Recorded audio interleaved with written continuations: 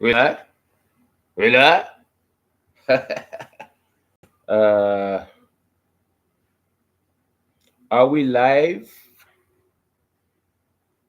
or are we living? Yes. I did plan for come live later. Or I did plan for come talk to AI later, but I'm gonna do that later because you see,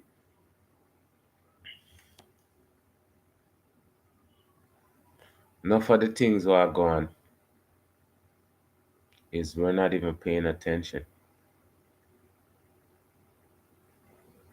Remember now, it's supposed to be Black History Month.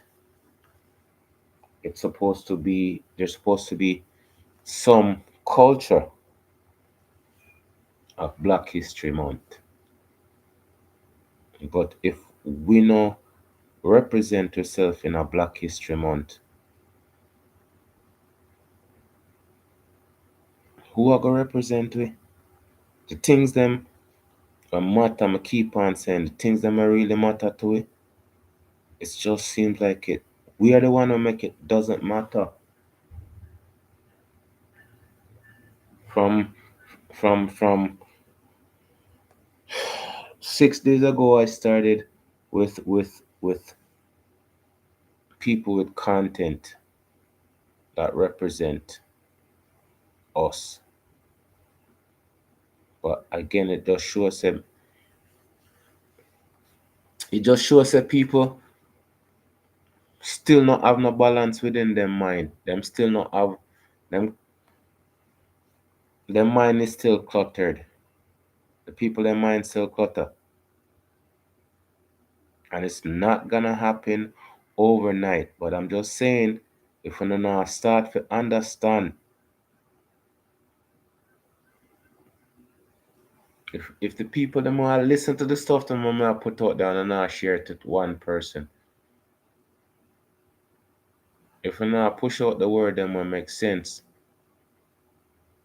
I own a part of the problem too. You guys are not helping the situation. Because I'm sure say on like and share all of the other foolishness them. How do I know? Because I get so much foolishness. It's not if 30 people sell me something, 28 are foolishness. I got 10 people where will send me something positive. So that may I try to show you. It doesn't matter how I talk about them things here. But the good thing about it is I can talk about them and I can just it's there. You can highlight them and go replay them and share them and all of them things there. But take one people.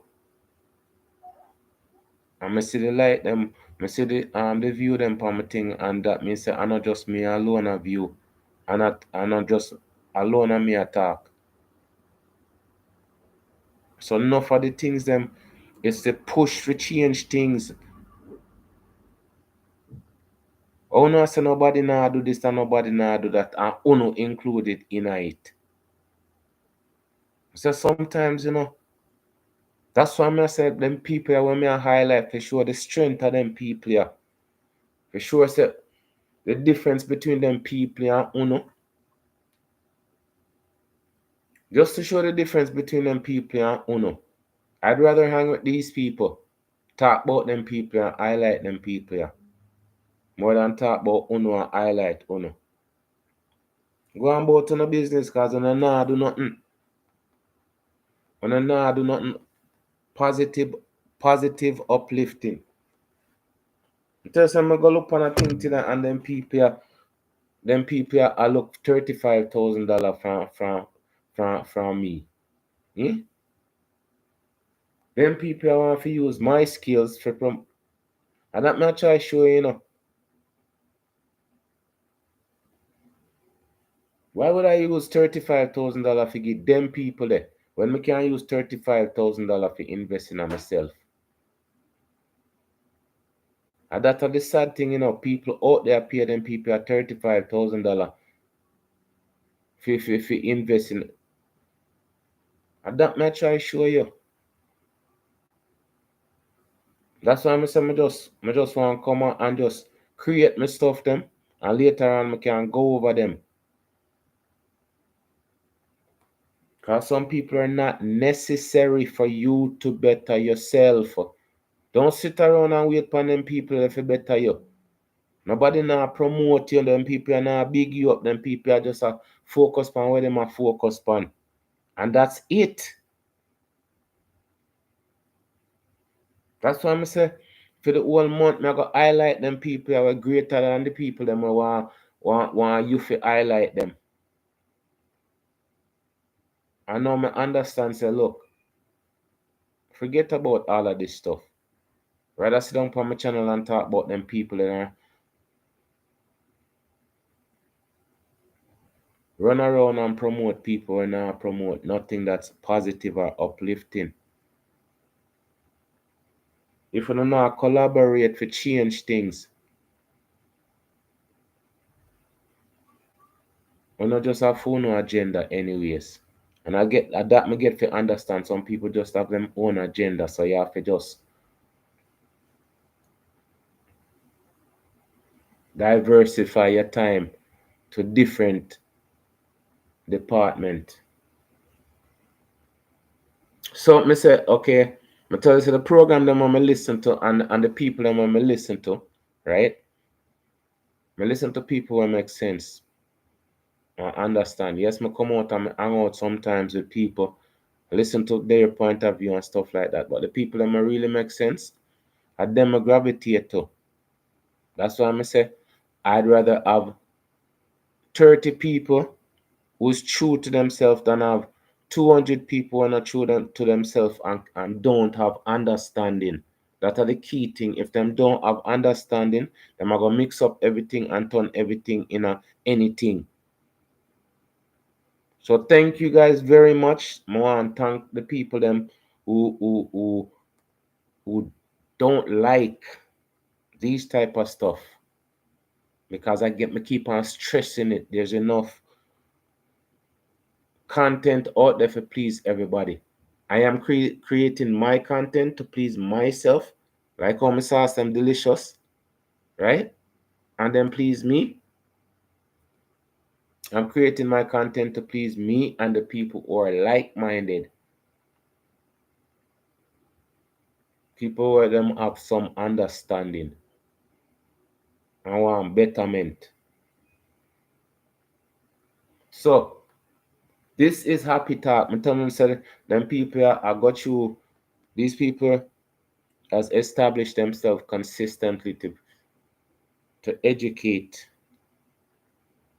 So I'm say, me come, me say, me now just listen to these people by myself. Me go come on, and at least me can put it on my channel as content. Yes, I. But me forward over here so and come deal with them things that I deal with until I get where I'm going. And I don't know the routine already, right? And I support the program, help the program go in the right direction. You know what I say?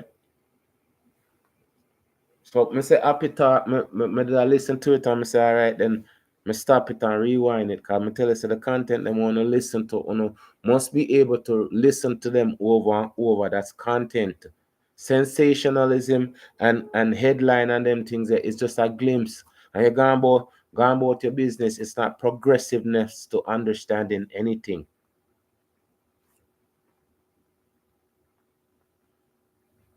So when I listen to them people, I feel good within myself. And them inspire me to at least share what them I talk about. I tell you, say there's so much more we can do. I have my own business and all of the things and the people that support my business. I tell you, say, you see if them people, there's more people like them people here, I would be in the right position. More than me, I go listen to them people and some frozen basement I can tell me $35,000. So that's why I'm saying I don't want a bag of crowd who don't have no bag of sense. So me I go listen to them. Me I go make them people a talk because me say them people is way more educated than me. That's why I rather listen to the people them who are more educated than me, right? Than listen to the people who just making a bag of noise. So me say me did I listen to them by myself, right? Me did I listen to them by myself, and me just um say, you know what? Let's do this because this is how we're supposed to do things, right? We're supposed to create content, positive content. Supposed to listen to things that make sense instead of we are trying to make it make sense. So as we proceed, right? Without talking about white superiority, honestly. Who defines the meaning of God also defines the relationship between economy and God. African Americans spent $1.3 trillion last year, making us the 16th wealthiest nation in the world. Why have we not?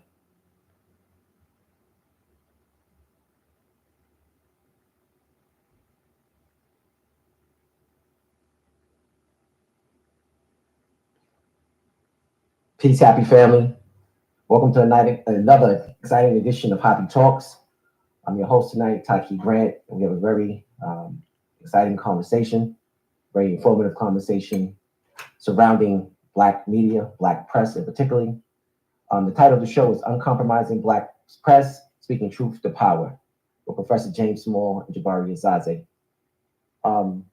We want to get into this topic because we have so many different things that are going on in the world today.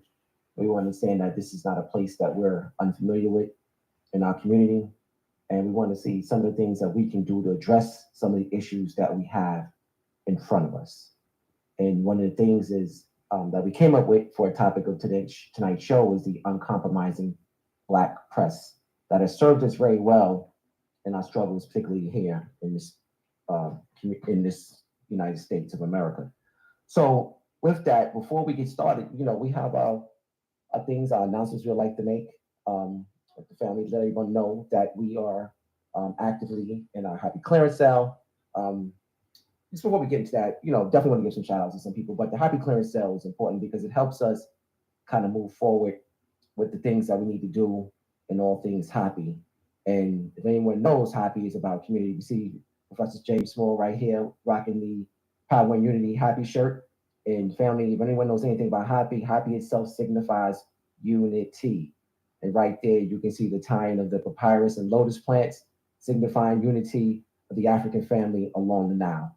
And this is something that we need to take as a measure and as a mantra, if you will, in our community today, is understand what we need. And one of the things we need first and foremost is unity, and particularly how we say in happy, power and unity. So we definitely want to make that announcement that the clearance sale is ongoing, and definitely, please, if you can't support other ways, the Happy Gears merchandise is one of the ways, not only ways of supporting financially, but also just showing your commitment to the community, let people know that you are about this life, So, we also want to make the announcement that the Happy Film is streaming.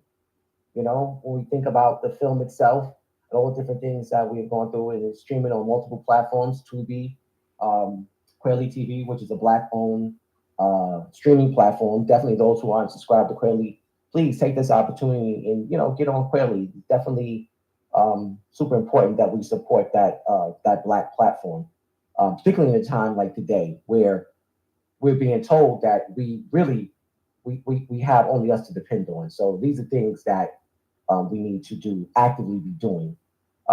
Also, with the subscribers, if you already done so already and subscribe to us on Facebook, YouTube, Instagram, and X, please take this opportunity to do that. Tell a friend and tell a friend as well. Um, we're at our 40 push K for YouTube, so check that out. And lastly, definitely not least, in the spirit of Black press, the Happy Newsletter is an opportunity for us to be a part of something that is bigger than ourselves. And at the time when we originally started it, we were just really kind of just looking at it as something that would just speak to things that were relative to what we had on in the happy movement. But we want to expand this and make this newsletter more of a community paper. And people who have things to contribute, we want them to contribute. This recently, in this upcoming edition for February 2025, Dr. Ken Harris, who's been with us in many of our different happy conferences and things like that, had put together a fantastic newsletter on DEI. So definitely want to check that out. And if you haven't done so today, please subscribe to the newsletter, happyfilm.com. Check it out, be a part of it. And if you have anything to contribute, we're going to talk about that further in this discussion. If you have anything to contribute to the newsletter, please get at us. Definitely want to give some shout outs to the people in the building. Thank you for coming out tonight on this Sunday evening. Daria Ware, Michael C., Diamond Net, 2009, Papa Cheesy, got some people in the building. Definitely shout out to those who's here with us tonight. Thanks for hanging out. I know it's kind of late on the Sunday, but we appreciate you guys and definitely want to show our love for your support.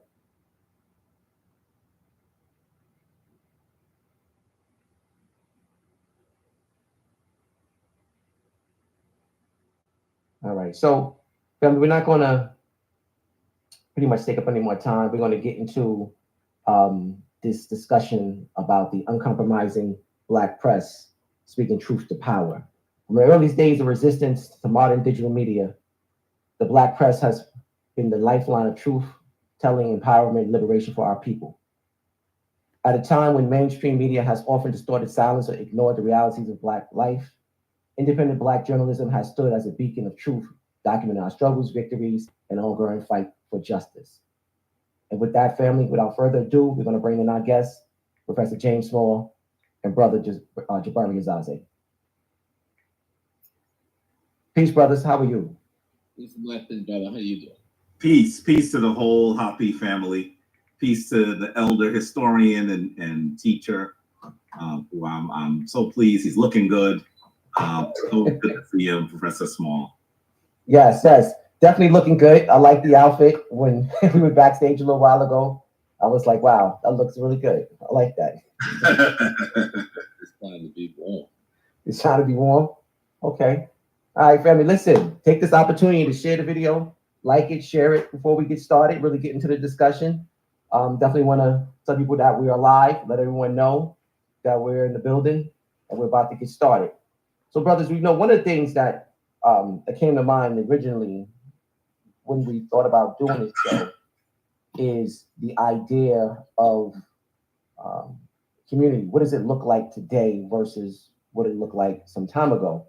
And when I think about the state of the Black community, state of the Black race, I want to think about some of the things that we've utilized in the past successfully to give us an idea or give us the foundations of community. And I just want to just kind of touch on where we are today with the Black community and some of the things we can do to be better. And with that, we'll start with you, Baba Smalls. You know how big that question is? It is. Anybody who can answer that question will be the wealthiest Black man in the world. 90% of the Black problems in the world. Our problem is the same as it was when we walked out of the chain shackles, the metal shackles of slavery. Right? But slavery don't end with the Civil War. Slavery really technically haven't ended yet, but that 100 years that we call Jim Crow was a most psychologically damaging and culturally damaging part of our enslavement in America than that 300 plus years or 200 years or so that we wore shackles and was in the cotton fields, the tobacco fields, and the rice fields. But someone else is creating a narrative for us and telling us what slavery was and when slavery wasn't. And we're not being clear about who we are. We've got people now arguing about terms like ADO and what's that other one? The FBA. FBA. You know, and it all sounds like it's the 1920s when people are trying to say, I ain't black, I ain't no African, you know, and this is just another way to see the psychological damage to our question of identity that has resulted from our captivity. And so until we get back to the real issue of self-identity, until we get back to the real issue of understanding African history, until we really understand what the damage slavery did, because we talk about slavery like it was the work program. It was genocide, one of the worst forms of genocide in the history of the world, one of the longest genocide period upon one people in the history of the world. And we talk about it like it was a labor movement that we were a part of and just got the bad end of the stick, right? And then the question, and I coined the term, and I'm not going to give it to my sister, because I coined the term in I think it was 1991, 92, while I was with Patricia Newton. And if you know, some give Patricia credit, no, it was me. And I did it before I met Patricia and before I met our other sister, the post-slavery trauma syndrome. I have multiple shows on the Gary Bird Show where I'm just dealing with that subject while my other sister was still doing her dissertation. And the concept that I was trying to put forward is that a people without a history and a people without a culture cannot heal itself from the damage that slavery has done. Now, we do have a culture. African Americans have one of the most powerful African cultures in the world, but we have not codified the culture, right? We have not defined its parameters. We have not raised this hero. Yes, we raise a hero here and there in Black History Month, but I'm talking about there's 12 months in a year. There should be a hero in each of those 12 months that defined our freedom quest, right? Okay, and that's what I'm saying is so important. When I talk about them things here, and I'm just loving the very facts of them things that I am into, or I was always part of, but now it's manifesting. Because I'm saying there's in every month there's a person who represents us in the most way. There's two people, a man and a woman, who represent right through the 12 months. Enough, we have like lots of heroes that represent each and every month. But them hero they is not the heroes that we highlight. At the same thing, go back to JLP and PNP and UIC and them other Marcus Garvey party too. So it's not just like there's only one choice or two choice. There's so many choices. But people only talk like there's only one choice. So when me look on them thing, who a push them agenda, yeah, so we can focus on the more important things. Why is the people them we have the power of it are the resistance then, not the power? Because the people them with the power don't care. It's the people them we have the resistance. How come them now educate the people them with a sense of themselves so they can understand fully, other than just push an agenda? If they mean good, there should not be agenda.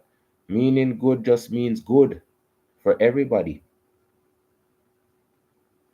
Sure. As we continue, because I'm telling you, this is probably gonna. I love the fact that this is gonna be. This is not no TikTok thing. So we just gotta dig deep and get comfortable with learning and understanding. You know you there? You drive, you walk, You don't work and you have on your headphone, so you say at least some sense are going on your head. I want to just listen so you can think about it. And once you think about it, then you can, alright then. Drop a comment in the comment section. Say something smart. I'm not delete the stupid, but just know say, once you say it's stupid, everybody are gonna know say you say it's stupid. So I'm not stop you from participating.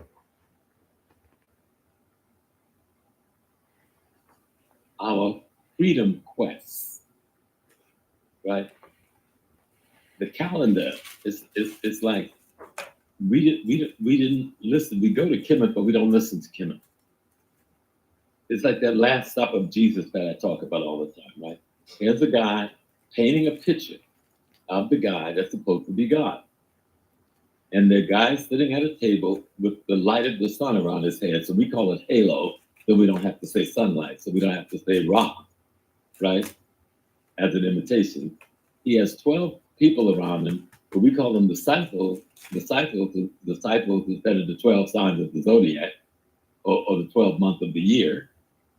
What we see when we look at that picture is a solar drama, right? But the solar drama that they're explaining is an attempt to interpret Kemetic science to Europeans, right? So we need to understand and learn from our ancestors how to use that same science to reconstruct ourselves, not just as a person, but as a people. So in each of those 12 months, what historical character represents one of the 12 signs of the zodiac? And that's how I became, the 12 colors explained itself. Right? Within everything there was balance. Once it's unbalanced, that means there's something wrong. So it's for us to find a balance within ourselves. So from the beginning of the month, I got through all of them details here. It's just preparation to know certain things. Clearing your mind so your mind can accept some freedom. Clearing your mind so your mind can grow into who you're supposed to be, or into what you're supposed to accomplish.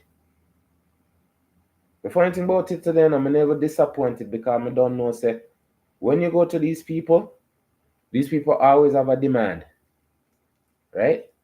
And for them, demand is always some.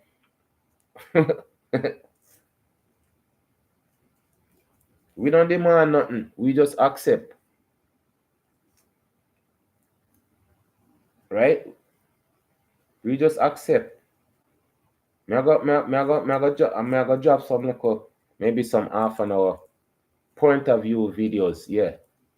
Because I tell you, say, there's one of the other person that I'm more introduced to in my content, and this person, his point of view is similar in some sense to how I look at things, right?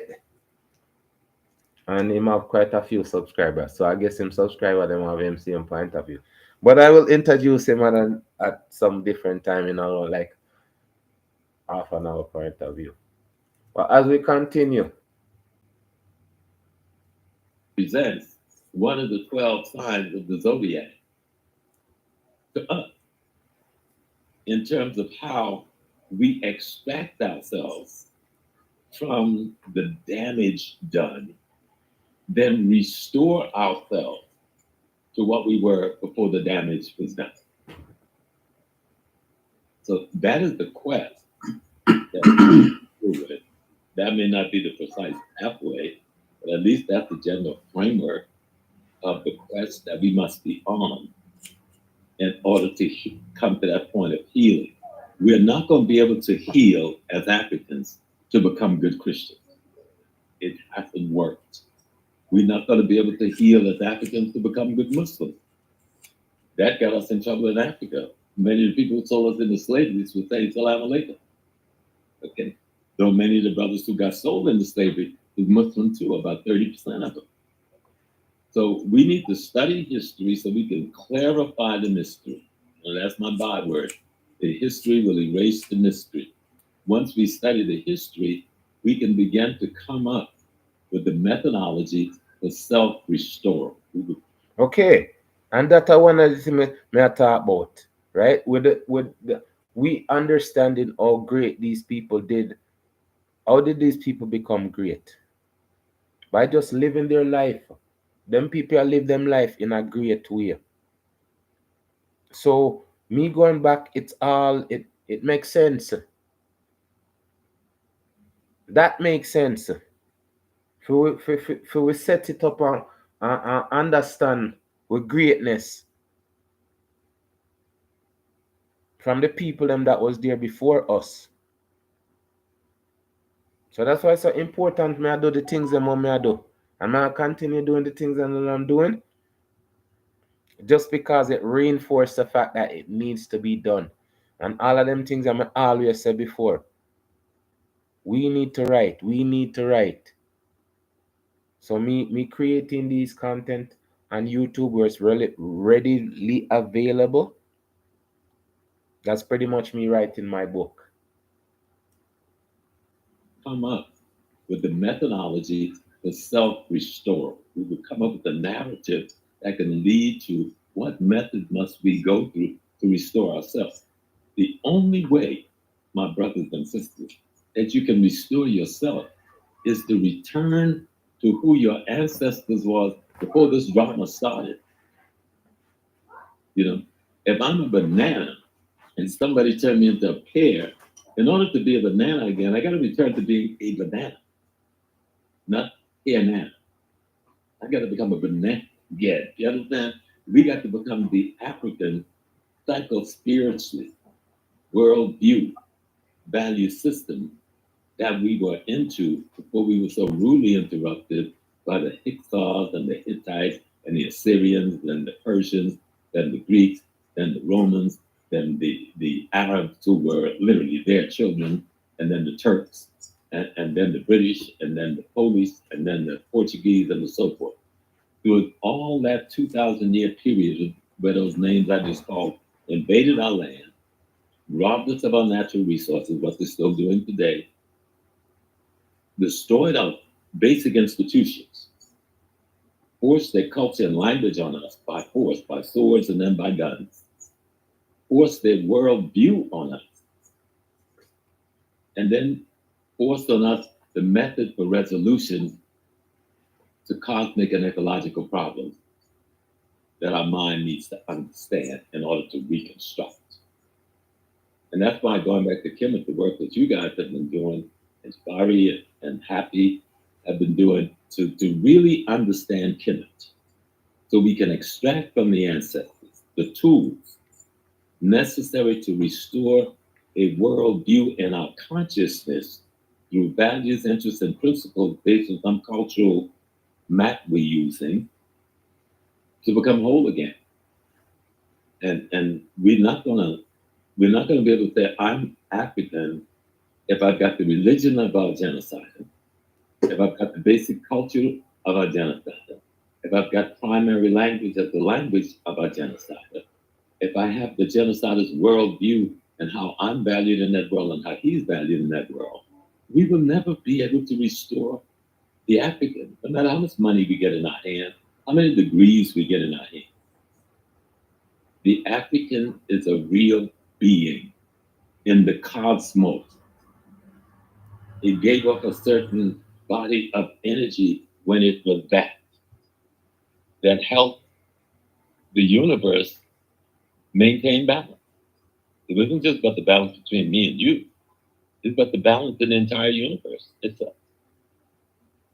And that's what we're really talking about, restoring and returning to our history so that the ancestors themselves can give us the guideline. It's absolutely essential. I know that's a lot of stuff.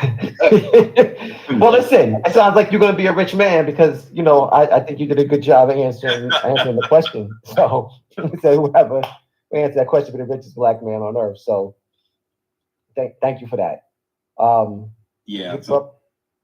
Before we get to you, Brother Jabari, I just want to just make a quick announcement.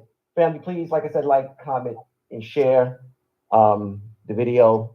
Also, you can show your support through the Cash App or Super Chats.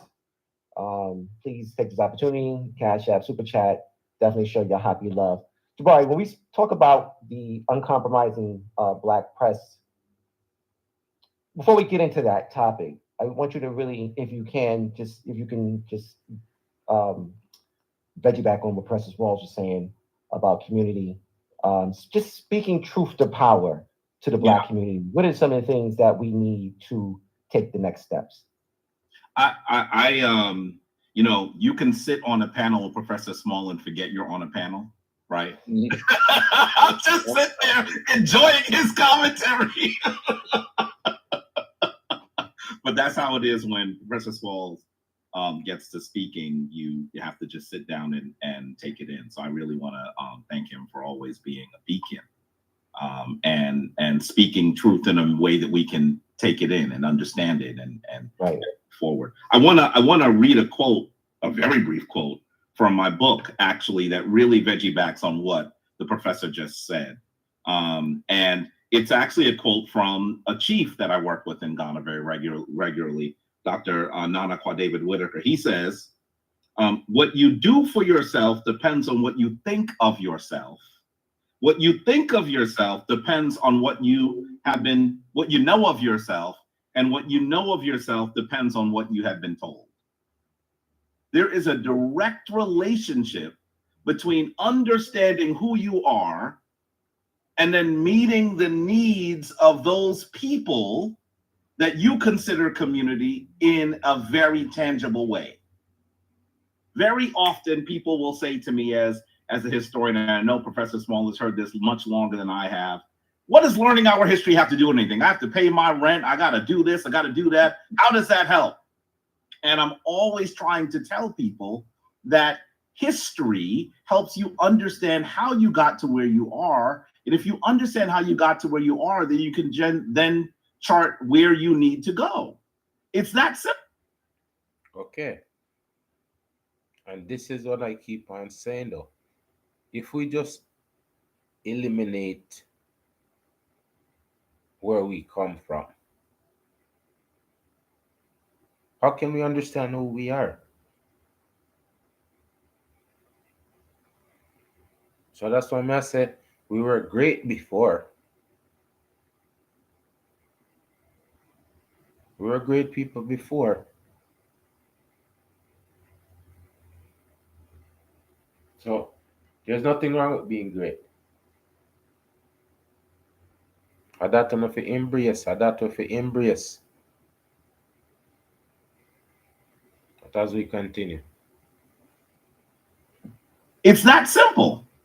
And whenever I go to historical institutions, as someone who has been a working historian for a really long time now, as I get more and more gray in my beard, I'm telling you that I get there and I see the wealthy and the powerful in those institutions because they understand the role of history.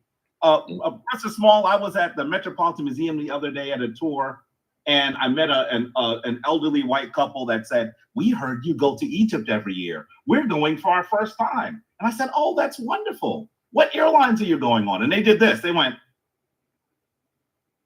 And so I said, how come they can't answer that question? So then we talked for a little bit more, and I said, so how are you going? What are you going into Cairo International? And they did this again. And I was beginning to think, am I not being clear? And then my brother, a good friend and brother, who is one of the people as my entree into the Metropolitan Museum, sort of behind the scenes, he whispered to me, he said, Jabari, they have a jet. So my question about airline went completely over their heads. Right. And Professor Small, now listen, and Taki, the three of us have been to Kemet many times. What kind of jet you got to have to be able to make an international flight like that? I mean, listen, really what we're saying is the powerful already understand the connection to understanding the history of the world, the history of their people, the history of other people. We are the ones that are confused about it because that was the design. We were supposed to be confused about whether history meant anything to us. And let me tie it directly back to the press now, right? When we think about the role of the uncompromising Black press, we have to say, just for historical purposes, the first newspaper, the first Black newspaper of record, was actually established in this city, New York City, in 1827. There were many institutions that came before it, but the first newspaper is called Freedom's Journal. So what I want to do for a quick second is show you what they said was the reason why they had to come into existence. And that as I show you that, it's almost going to be like Professor Small must have written the article in 1827. We know that he is looking good in his older age, but he ain't that old. They're thinking the same way that our dear professor is in 1827. Take a look at this for a second. You have to see. And name the two. That's Samuel Cornish and Brother John Russell. Yes, they are the editors of Freedom's Journal. If you look here, this is one of their early editions, right? Mark, I think this might be the first. Yes, volume 1, number 1. Friday, March 16th, 1827. Folks, when people are talking to you about a historical topic, for those of you who have watched me, you know that I have a sign that says source. I'm not here to tell you something. I'm hopefully here to give you the information so that you will be able to make the analysis yourself, right? So you are looking at the first edition of the first Black newspaper in the United States, and see the names that our dear professor gave us. You'll see in the upper right-hand corner, it says editors and proprietors, Cornish and Russworm. These are the two men that founded Freedom's Journal.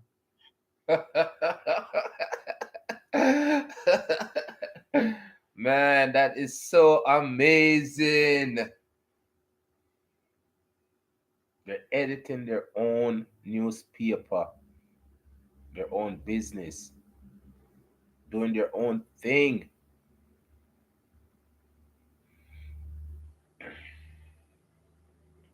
Want you to look here. Let's go to the 1, 2, 3, third paragraph down and just read why they think it is important. They say, we wish to plead our own cause. Too long have others spoken for us. That line in of itself is powerful. Too long has the public been deceived by misrepresentations in things which concern us dearly through the estimation of some mere trifles. And though there are many in society who exercise toward us benevolent feelings, still, we sorrow to confess it, there are others who make it their business to enlarge upon the least trifle, which tends to discredit any person of color, and pronounce anathemas and denounce our whole body for the misconduct of this guilty one. They are saying that the media as a whole, let's be clear, let's not say the general media, the mainstream media, the white media. Yeah. Let's be clear about who we're speaking about. The white media has misrepresented the story of the African. And so they are telling you right off the bat that it is of critical importance to understand what is happening on a daily basis, a weekly basis, a monthly basis, from our perspective and from our interest. See, the difference between working in a newspaper and perhaps working on a historical document is that newspapers help us analyze and filter the events on a more immediate basis. Historians like me will write a book 50 years later. The newspapers analyze what's going on immediately. It is of critical importance to recognize why these are institutions that we must support. and must continue to create. Dr. Jabari, keep it right there on the screen for a minute, because I just saw something which speaks to a lot of what both of us talk about. And it's the paragraph right in the next column. I know you're talking about useful knowledge, right? Yes. I know you're going there. You're talking about the use of the word Africa, our definition even then, that this didn't come about in 1985. Okay? Woo! Useful knowledge of every kind and everything that relates to Africa shall find a ready admission into our column. And as the vast continent becomes daily more known, we trust that many things will come to light, proving that the natives of it are neither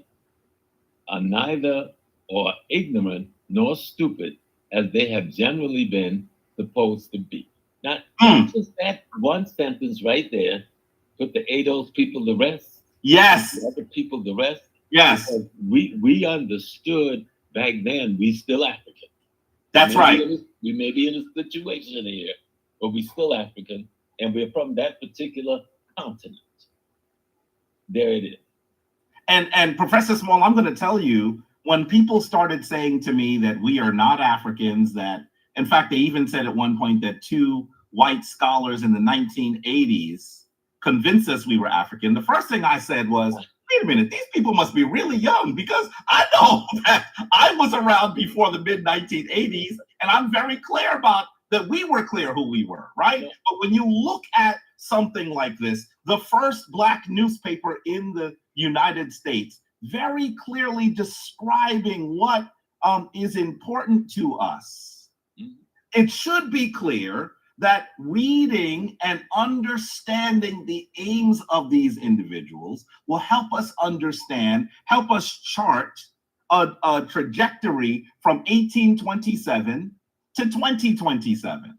We're literally talking about something that occurred roughly 200 years ago in the same city that Professor Small, myself, and Taki are sitting in today. We have to ask ourselves, as they have identified what they must do. By the way, in here, they also talk about the importance of Haiti, Professor Small. Amazing.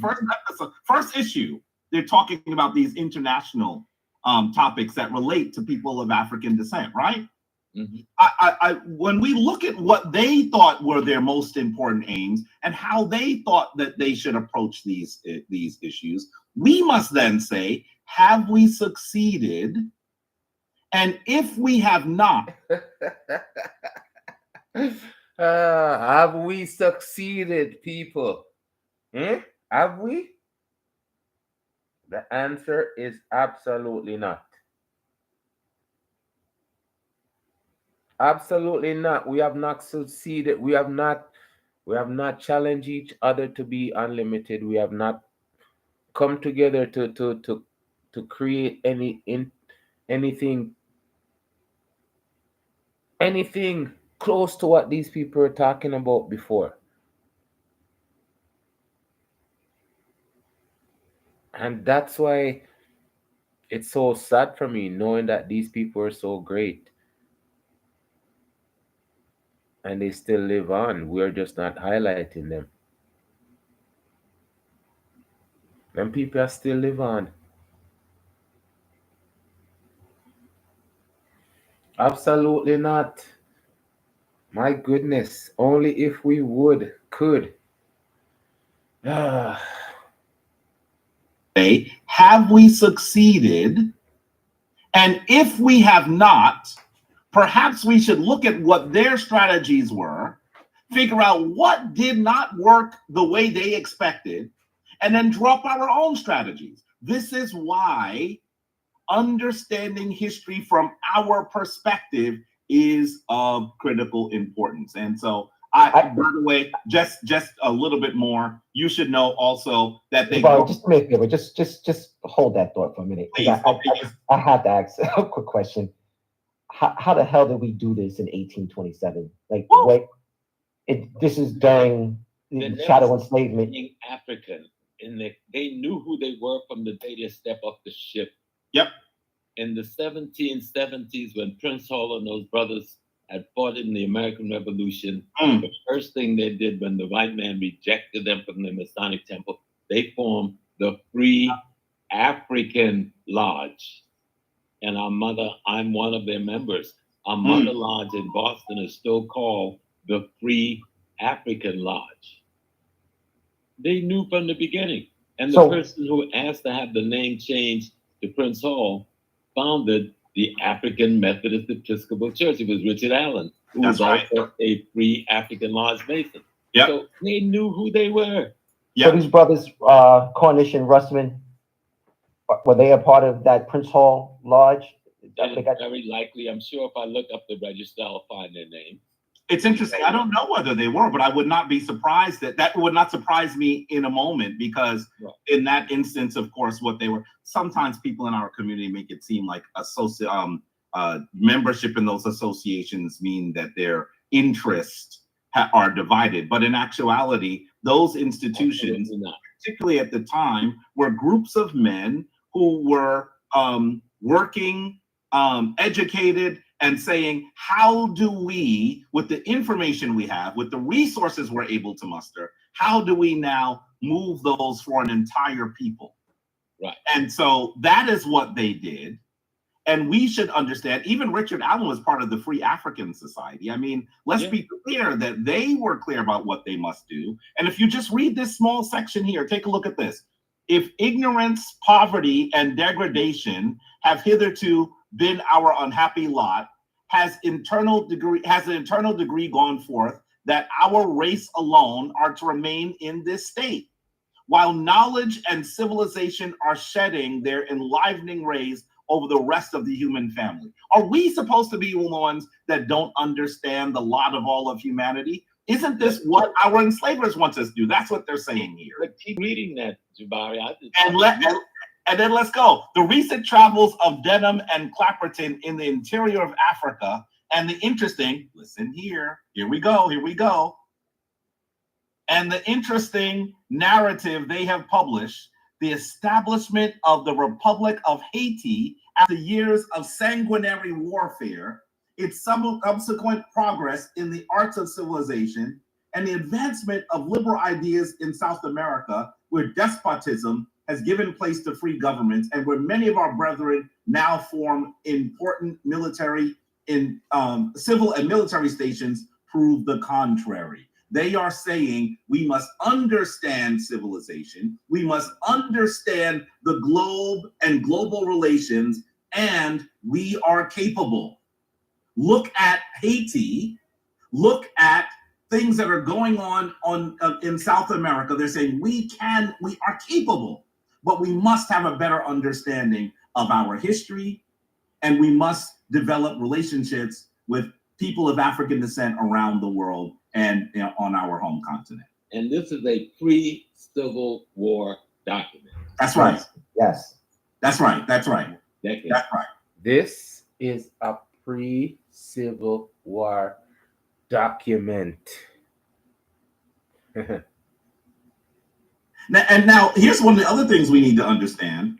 This document, now in New York, supposedly, and I'm going to say supposedly, I'm not going to go into this in great detail right now. Right, just real quick. What's it say? Righteousness escalate as a nation, exalt a nation. Righteousness exalts a nation. Yes, that's the subtitle here. Righteousness exalteth a nation.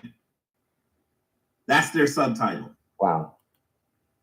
And let's be clear, supposedly enslavement had ended in New York. We could talk a lot about what that means. Mm-hmm. But the majority of our people were in the southern states in what would become Confederacy, and certainly they were still enslaved. So were they intending? It was a major slave state until after the Civil War. Listen, the mayor of New York City threatened to secede with the South. We can forget that. The mayor of New York City said maybe we should secede with the southern states. Let's be clear. But I want to say that when Cornish and Westworm developed this paper, they said, how do we create a paper in New York that will reach people of African descent around the world. And they did this through sometimes clandestine measures. They would print this paper, and you'll even see that the person that was most important to the delivery of the Freedom's Journal in Boston was David Walker. We're going to talk about him a little bit, perhaps.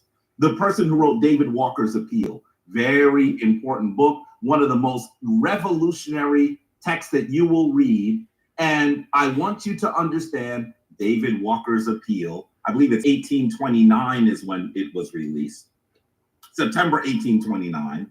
Yeah, you don't want to leave home without it. We did not talk about this before. We did not. No. Listen, you should know that one of the ways they got these papers, these texts out, is they would literally sew them into the pockets of Black sailors. So when they traveled to the ports of entry all around the United States, they would have copies of these documents to share with people of African descent wherever they went. This is before the U. Okay, so that's pretty much a next underground railroad.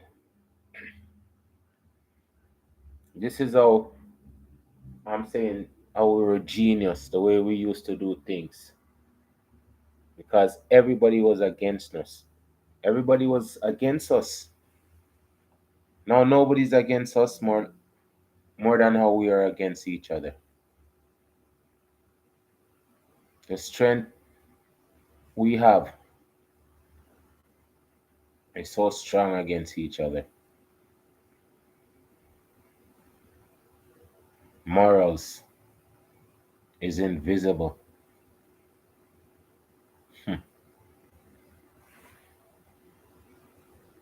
As we proceed, in descent wherever they went. This is before the UNIA. That's right. Honorable Marcus Garvey. That's right. That's right. So we are really seeing that folks that created these early papers said we must speak for ourselves and we must speak to ourselves. That's what this was about. Because we know very well that people have misrepresented our situation and misrepresented who we are. And so this is critically important. You might say, well, what about misrepresentations? As we look at the Black press, and we'll talk about this maybe in a moment. I want to jump too far ahead, Taki. You're going to easily see how some of these Black papers were reporting on topics that white papers did not exist. What's a good example? Do you know there were several white papers that said the Ku Klux Klan was the figment of the Negro imagination? Do you know that? These Negroes are complaining it doesn't exist. What are they talking about? And it was intrepid newspaper reporters that said, oh no, they are very real. We know that that amongst their ranks are some of the most powerful members of our local governments. And they are murdering Black people with reckless abandon. The only way that we understand that they exist is because of Black newspaper reporters that came forward and uncovered this clandestine group that was really a domestic terrorist group. That group was the reemergence of the Confederate Army in a new unit. Founded by 6 former Confederate soldiers. Yes.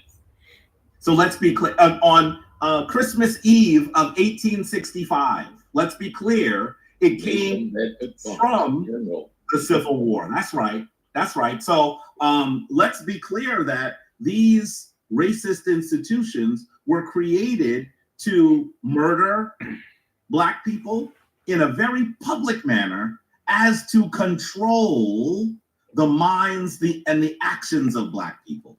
And I want to also be clear, Black people fought back every step of the way. That's a story. There isn't a Black person in the United States that hasn't heard the term Ku Klux Klan.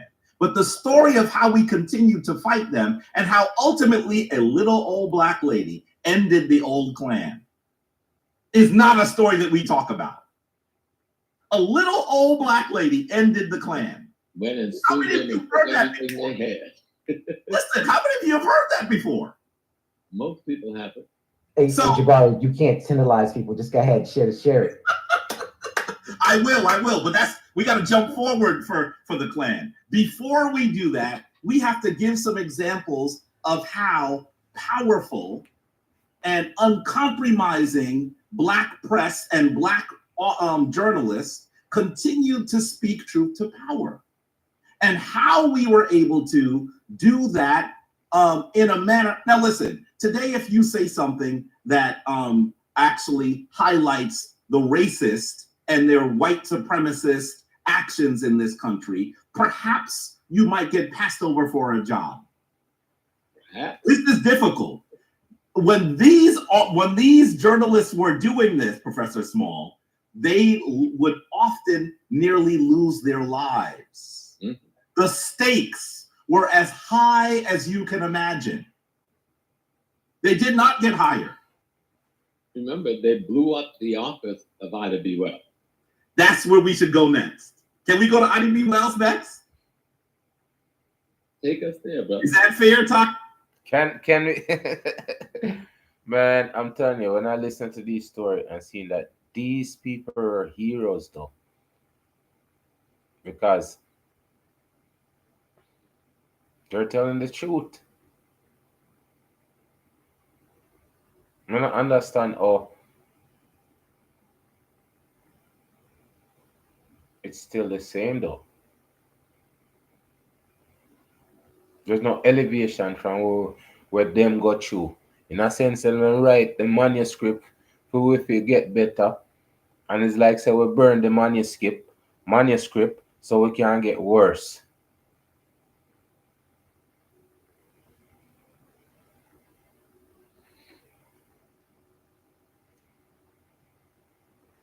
Next.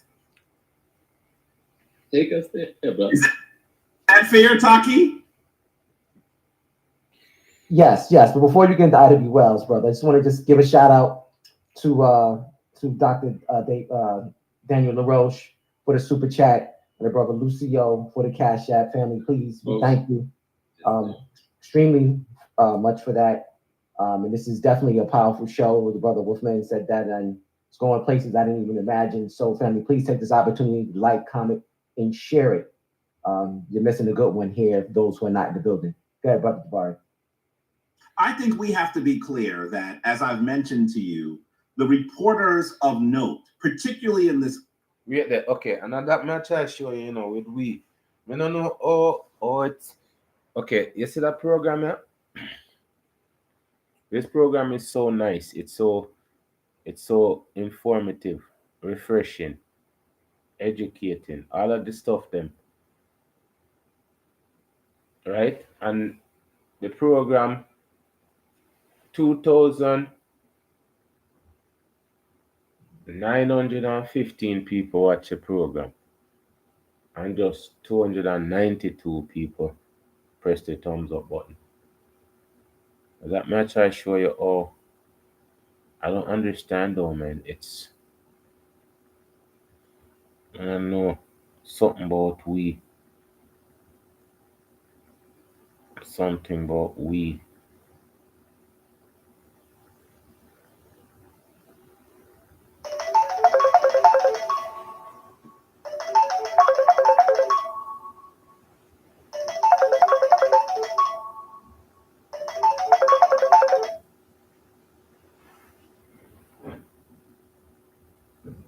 Something about we no make we connect.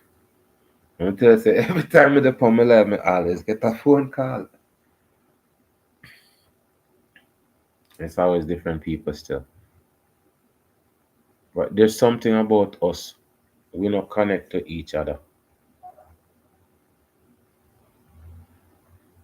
It's like we wait for others to connect us for a purpose. And the purpose is their purpose, not our purpose.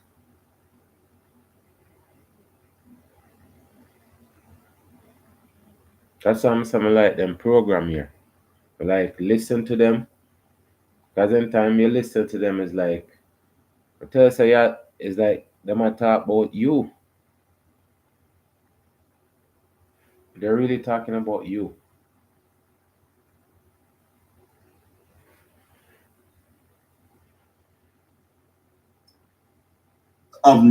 As we proceed. No, particularly in this early time in the 1800s, risked their lives to report what was going on in the Black community. It's really that simple. And as we look at this genteel sister with her updo hair and her Victorian garment, we should understand, first off, that she was known to wear a bustle dress. You know, the large dress with the cage? Mm. And she did not wear it simply because it was the fashion of the time. She wore it because she was known to have 2 pistols strapped to each of her legs. Uncompromising, as revolutionary, and as committed to Black uplift as any leader in the history of Africans in the United States. Yet so few of us are familiar with her commitment. So few of us are familiar with the things that she did at an earlier date than virtually anyone that we can imagine. So the newspaper that she was one of the editors for was in Memphis, Tennessee. Let's start in Memphis. This is a sister who was born immediately at the end of enslavement. And her parents and her younger brother die, I believe, from yellow fever, very early in her life. And she has to then go to school to become a teacher to support her siblings. We're not talking about simply someone who got an amazing education, as she did, and was extremely articulate and intelligent as she was. We're talking about someone who is the kind of salt of the earth, blue collar, hardworking person that our mothers and grandmothers and aunties were when we were being raised. When you look at Ida B. Wells, you should recognize her because... Okay, that's, you see, within even this, we get a superhero lady. Right? I told you I was balancing a man and a woman, and within this story, they're giving you a story of a superhero lady. So everywhere you look amongst us, there's so much rich history of our accomplishment on both sides. That's why I'm gonna say it's enjoyable to listen to them people that talk about these people, that we can create a curriculum around these people for sure how great they were. These are them things that we're supposed to teach in a school. These are the things we're supposed to bring to class. The man said in every month there's enough people where we can highlight for every month and have this as a curriculum from kindergarten up to university, because it's something to have pride. It's something to have pride. But again, there's so much topic and there's so much details in everything. There's so much details. I just love the fact that many people is not paying attention to the detail. And listen to these people talk, they are paying attention. Listen to this lady's accomplishment. Again, you can't always rewind the tape or go listen to Happy Talk, because again, it's good to support these programs. And this program, it don't have no commercials. That's the next thing. The programs that are good, they're not monetized, and people don't like up the program, so it can go through the algorithm. That much I show you how we don't do the things we're supposed to do. Plain and simple. Should recognize her because she is certainly an earlier edition of these amazing mothers who took care of our community and risked their lives. So what did she end up doing? She ended up being an editor of the Memphis Free Speech and Headline. They were going to bring her on at the paper, and she says, amazingly, because she's an amazing person, she says, I'll come on and write, but I want to have as much control of the paper as you do, so they sell her 1/3 of the paper. So she's not simply a someone who writes for the paper, she is one of its editors. And during this time, there are 3 men who are beloved in the African American community, business owners, grocery store owners, who are actually attacked by a white mob. Why? Because when they opened their Black grocery store, Black people started shopping at the Black grocery store, and not.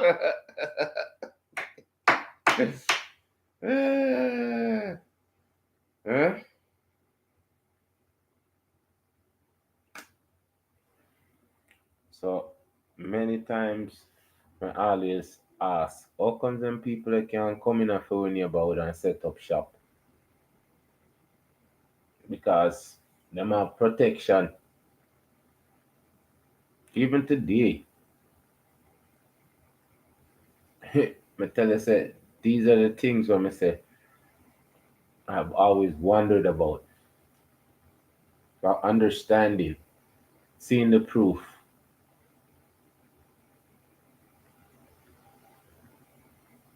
And I ask, okay, if we know this information, or we just ignore this information? Remember, it's Blue Year. I remember.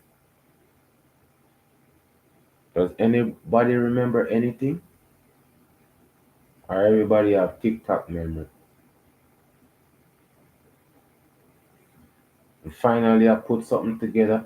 Trust me, it's gonna be like an encyclopedia of knowledge.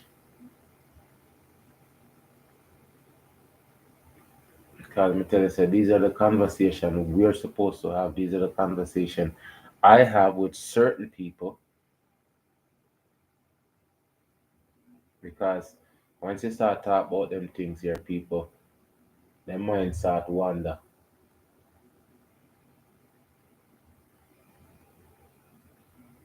As we continue. Not at the white grocery store. Why? Because they had some sense. That's why.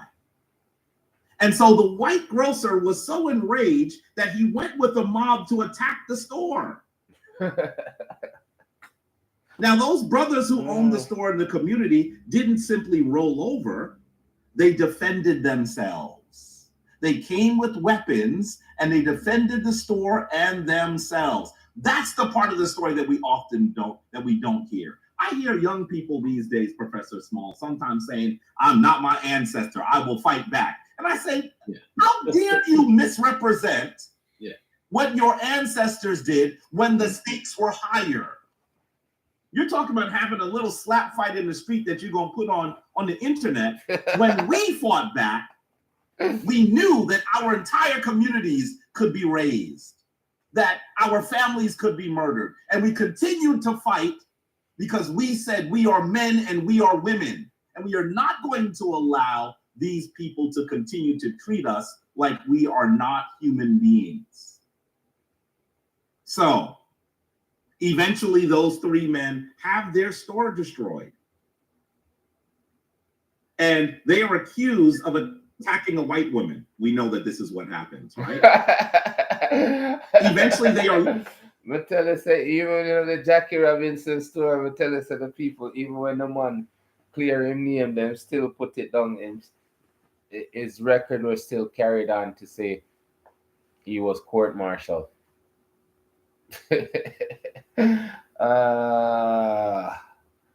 As we continue now. And Ida B. Wells continues to write about their lynching. She knows them personally. And the lynchings all throughout the South when virtually no one else is reporting the fact that white people are killing Black people with reckless abandon, that white people are killing Black people who own businesses, that white people are killing Black people who attempt to vote, that they're killing Black people who attempt to do anything that says that they should be able to have any modicum of control over their communities.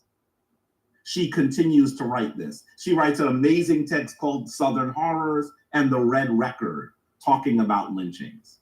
And eventually they decide they're coming to her office to kill her. This is when she is told, you need to leave. You need to flee.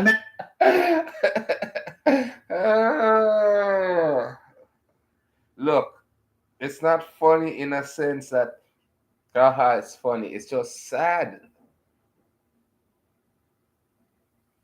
that,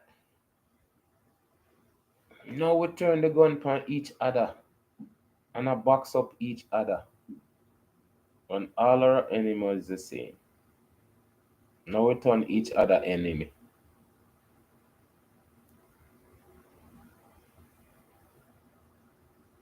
And the truth is always in danger.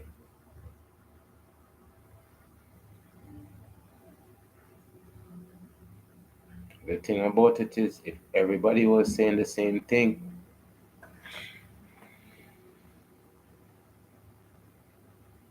I couldn't silence everybody.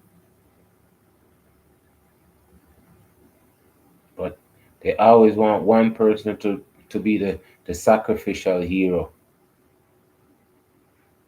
Them always wants one person to stand up and take the bullet for everybody. And then they say, oh, he was a stand-up guy.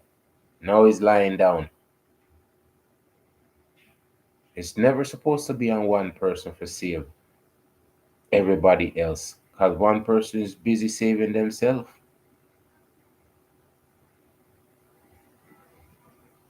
That's why I say, oh, no can look on one person and expect one person to save the world. And then, you see him and tear down that person. You see him and say, oh, a long time him forget box up.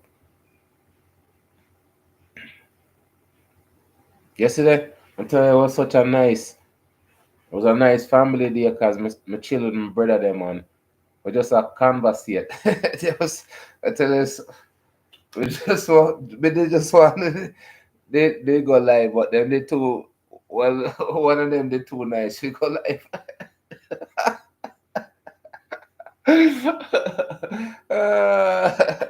Look, people, me not in no rush, me not in no hurry, because me tell you, say, it's nice to have a space to go chill and just talk, right? Because somebody asked me if this is a paid job. Well, you can't pay for free your mind, trust me. You can't really pay for free your mind. So this is like me a free my mind. Okay, so the conversation we did have yesterday is, okay, so a one man sell out Jesus, so on to the other 11 man. So 11, 12, 13 people are rolled together. And one person get called out of the 13. By one get called out by one out of the 13. And then one out of the 12 are the one who do it. Everybody else stand up there and just watch it. Me not understand the part they said this man him do good for everybody. All them same one they benefit from this man. Each and every one of them people they benefit from being around this man. Because if I feed so much people, they might get feed too. If I make wine for them, I might make wine for them too. Everybody a drink and I get drunk and all of them things together. And a one man have the strength, the authority to sell out everybody. And nobody not do nothing about it. So this is why it's so important. With the sense you have so much, and so much of them don't mean nothing. All of them people there, when feed,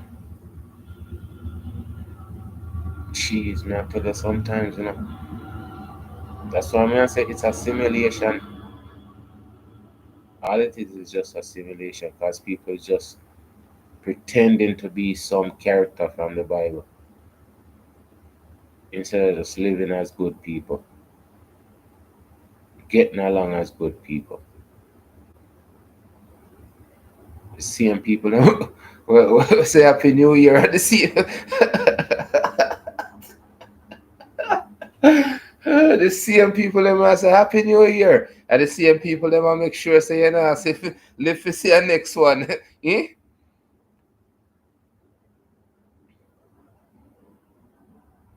So when we look upon it, there's no meaning to anything.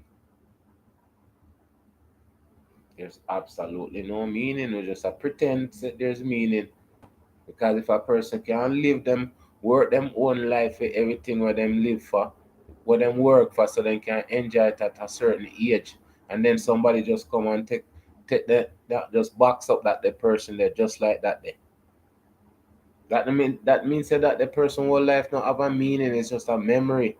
Cause them not did they for enjoy like the meaning of them life after them put in the meaning of them life. That's why I'm not try sure it becomes such a it's not real. It doesn't feel like it's real to me at all.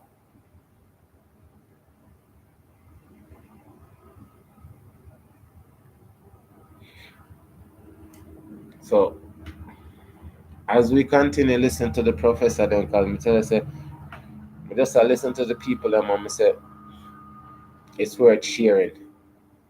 At least one or two people are gonna listen to this. And AI, cause me tell us say AI now leave me alone. Alright? As we continue. She is told, you need to leave. You need to flee Memphis. And initially she says, let them come. And the people say, maybe let them come. They're armed. That's when she raises her skirt and you see the pistols taped to her legs. This system was revolutionary. But they convince her that while she may take some of them with her, that her loss would be too great for our community. And she goes into exile. She literally leaves Memphis, Tennessee in exile. And that's when... Okay. And you see, it was a community them. Me never hear them talk about neighborhood or talk about no ghetto and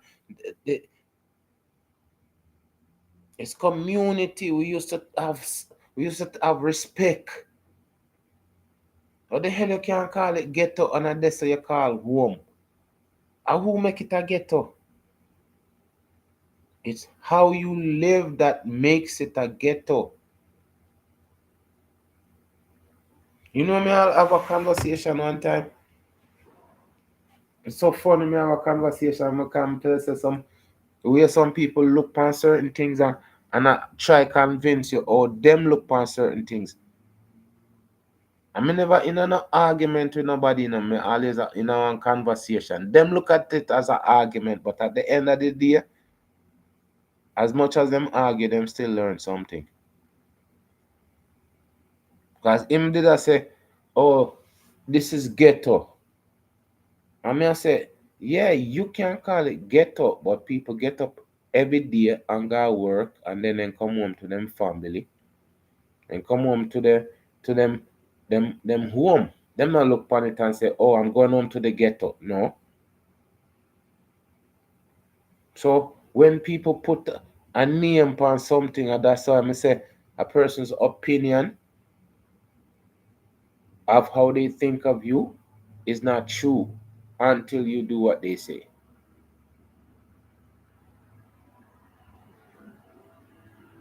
I'm gonna sit down and I look on certain things and understand how people is how them accept it. Because enough times people say it, them admit say it's not everybody in the ghetto is living a ghetto life. Some people are live a responsible life. Them a go about them business. I try protect them kids from everything that's out there. It's like one time me did I watch it on cartoon and I think it look a pitney. It's like every day and get up a pure danger, him a skip over and a run through and it become normal to him because he's been practicing in the jungle. So there's some people who want that to become normal. Them go work and then come in and them educate them kids. And sometimes one or two of them get influenced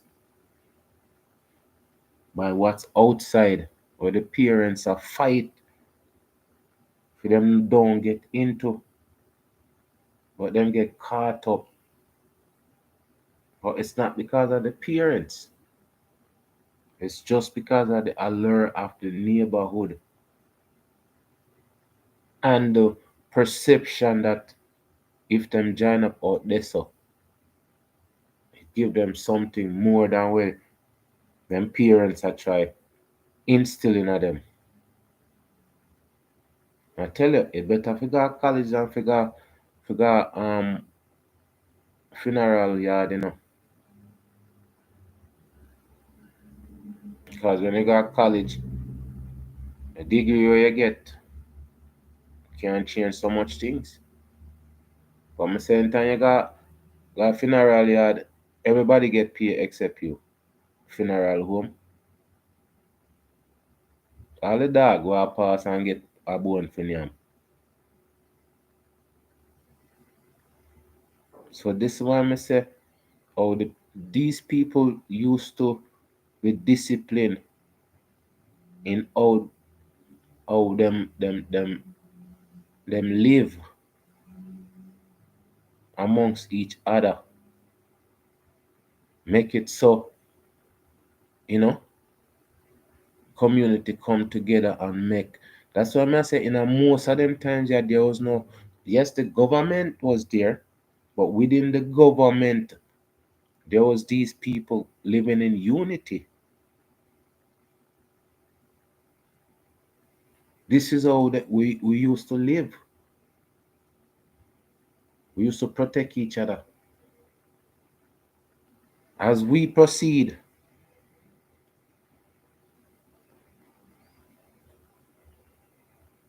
begins to go to many other cities. She spends some time in New York. She spends the bulk of her time in Chicago. I saw Sen Atan here talking about the fact that there are spaces that I have visited, by the way, that represent her in Chicago. She continues to tell this story of what white folks are doing, and she says, we must fight. We must hold our dollars. Maybe we need to look at a city where the entire city depends on our dollars and just decide to move en masse elsewhere. Let them see if they can run their white cities without black dollars. Powerful sister. Powerful sister.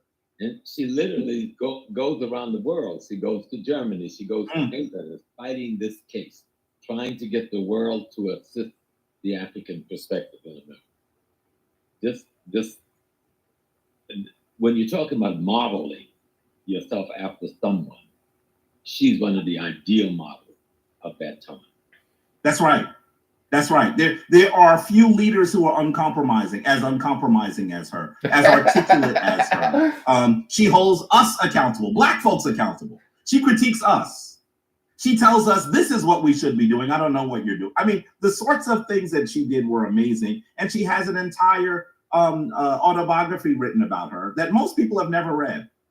And let people know, in terms of her political activism, she was a part of the Afro-American League, founded in 1992 with T. Thomas Fortune and another great people. And that organization was founded by some Black women out of Rochester, New York. That organization, the Afro-American League, becomes the Niagara Movement, which she's also a part of, which becomes the founding of the NAACP, which she's also a part of. She is one of the founders of the NAACP, yes. And unfortunately, most have forgotten her role, partially because she's pushed out by another important leader who has a gigantic ego. And that's one of the reasons why we don't hear about what she did with the NAACP. But she's such an important leader. And one of the other things I always mention, Professor Small, is I don't think there's anyone in our community who has not heard the name Rosa Parks. But we have not heard that Ida B. Wells actually did some of what Rosa Parks did in a much more dramatic fashion about 90 years before Rosa Parks. Let me see if I can pull up the quote. I think I have it right here. Here we go. This is from my class, by the way, on African American history. I got to read you the quote. So listen to her describe what happens when she is taking a car from, I believe it was she was going from Memphis to another city in Tennessee. No, I think it was Tallahassee. And she has a first class ticket. So then what does she do? She's passing a particular part of the South and she's told that because she's a Negro, she must move. Now, this is not a situation where they make you move to the back of the train. They make you move to the front of the train where the locomotive was. This is where the men are smoking. This is where all the smoke from all the coal and everything is. It's a dirty car. And they say that's where the Negroes will be. Well, what does she say in response? Take a listen. This is her quote. It says, "I refused, saying that the forward car closest to the locomotive was a smoker. And as I was in the ladies' car, I proposed to stay." I love how she writes that. I proposed to stay. She said, "I'm not going nowhere." "The conductor tried to drag me out of my seat. But the moment he caught hold of my arm, I fastened my teeth in the back of his hand. I had braced my feet against the seat in front and was holding to the back. And as he had already been badly bitten, he didn't try it again himself. He went forward and got the baggage man and another man to help him. And of course, they succeeded in dragging me out." Revolutionary. This sister said, "I am not going to be moved simply because I'm a person of African descent." Okay, all right. And you see, it's just, yo, look, I'm telling you, Ida B. Wells, I'm telling you, I just listen to this program, you know, I'm going to tell you something, just come on, I just want to share it and look at it. The man them highlight a next female, I forgot to now, I forgot to my research on her and bring her up for the month, because we tell you, say, there's so much great people. Every month there's somebody, like the same thing, what the professor said. In each and every month, we could have people that we highlight on a monthly basis. We don't have to go out of our culture to find heroes, because there's so much heroes. Listen to the lady's story, and this was long before Rosa Parks' story come out.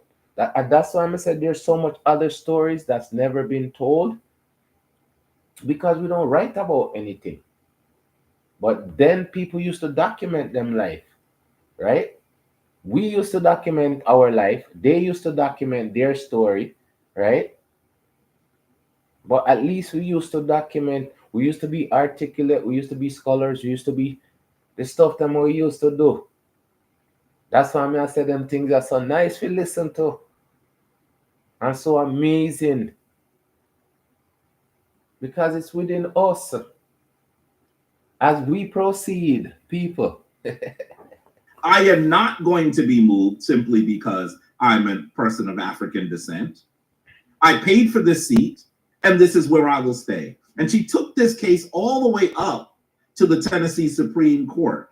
Initially, she wins the case and wins something on the order of $500, which is a large sum of money in the late 1800s. And then the Tennessee Supreme Court overturns the case. But you should know that she fights and she fights and she fights. And one of the things that she's best known for is the fact that she is not just an activist, but that she is one of the most uncompromising journalists that the United States, that any country has ever seen. And one of the things that she's known to have written, of course, is this book right here. She noticed that it was published by the New York Age, which is another paper she ended up working for with T. Thomas Fortune, as who was the owner and the founder, as Professor Small was mentioning. And so they printed a group of her articles called Southern Horrors, Lynch Law in All Its Phases. You have to understand at this time, white newspapers were saying that there were no lynchings, and that when Black people were killed, it was because the white community was exacting justice because a Black man had touched a white woman or had smiled at a white woman. And she actually, through her incomparable reporting, turns all of that on its head. Some of you have seen the picture of the NAACP, where they hung out of their office a sign that says, "A man was lynched yesterday." That was in response to her, this text here, Southern Horrors, and also the other book that she wrote. That was a compilation of her articles called The Red Record. Wow. Yeah. Now you see the value of the Black press in a Black community. And we have to recognize that, once again, white folk were valorizing the Klan. White folk were excusing lynching. You know, let's be clear that, oh, I think I have this picture up. Some of you have seen this before, right? Oh, yeah. This comes from the book that was written by D.W. Griffith, which was called The Klansman. I'm sorry, Thomas Dixon. The book was called The Klansman, and it becomes the nation's first moving picture with sound, A Birth of a Nation. And you may know The Birth of a Nation was about how the Klan was going to save the nation from unwieldy and savage Black people. That's what the movie was about. Do you mean saving them from DEI? Because it sounds like a Woodrow Wilson plan in the White House. That's right.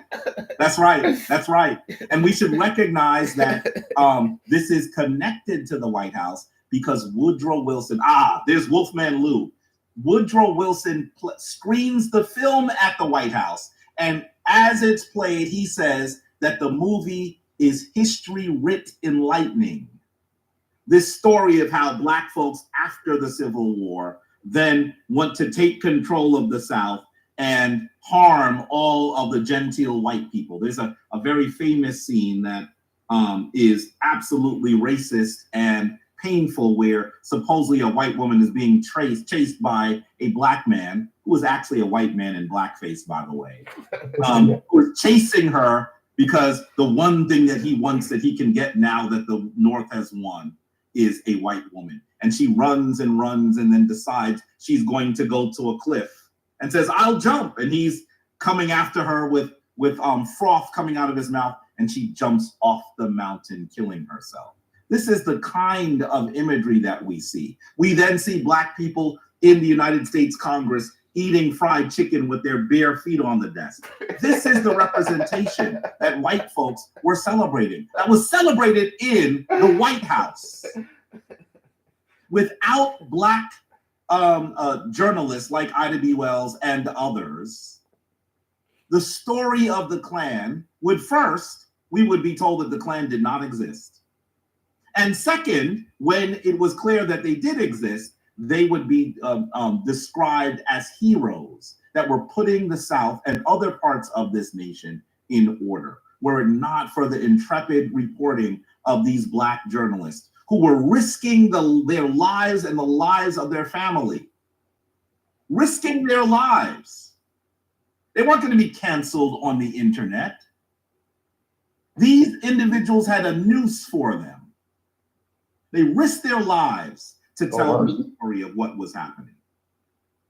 And so we should recognize that powerful folks like Cornish and Rustworm and Ida B. Wells are some of the names that we must remember when we talk about the uncompromising Black press. Wow. So, you know, with that, Jabari, one of the things we wanted to announce was that it's important for us to, I want to say repeat history, but for us to walk in the footsteps of our ancestors. And we have an opportunity here with the Happy newsletter for people to get involved and share their stories and tell stories. And initially, like I said, when we first started it, it was something wherein it was just things that were related to Happy News, the film, trip, things like that we were doing. But now, family, we are expanding this to, especially in a time where I feel is needed more today, where we can speak to things that are in the community. And we have definitely articles by my various scholars like Dr. Milana Karanga, who the ancestors keep blessing his brother. He keeps going and keeps producing all the time, and he has so much to share. But all the people, the brilliant scholars that we have, and others in the community, if you feel like there's something that's newsworthy, please share it. We have a special email address for that, which we'll show in a second. And also, if you have a business that you want to speak to, you want to get people to just know about, this is a great opportunity to, or great tool that you have at your disposal in the community to do that. And a lot of people are subscribed to it already, and the subscription base is growing constantly.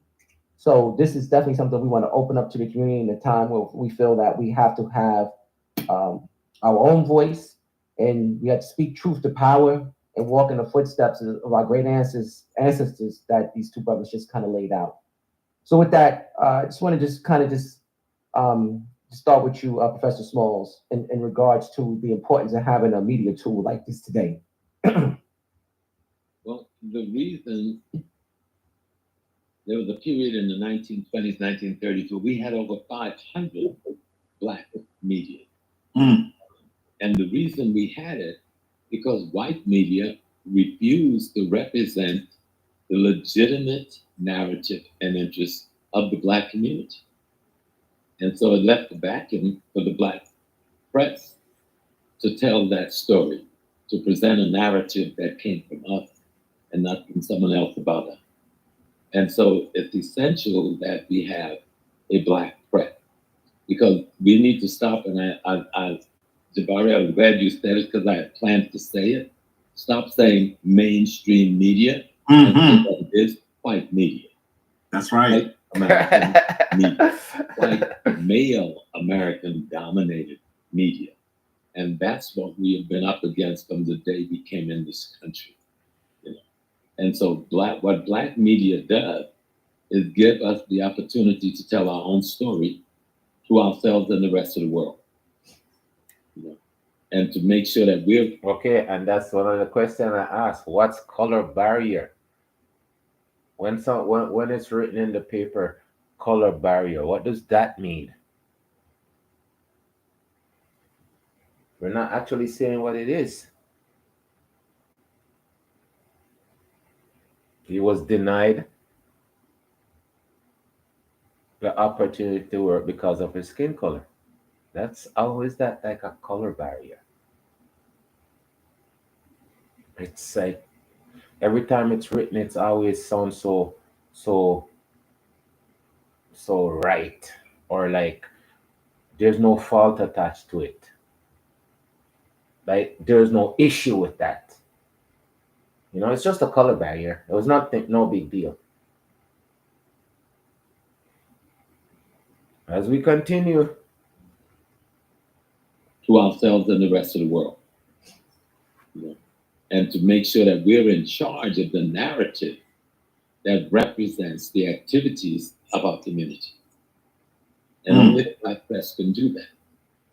And we've done it through some crisis times in America. Ida B. Wells is one.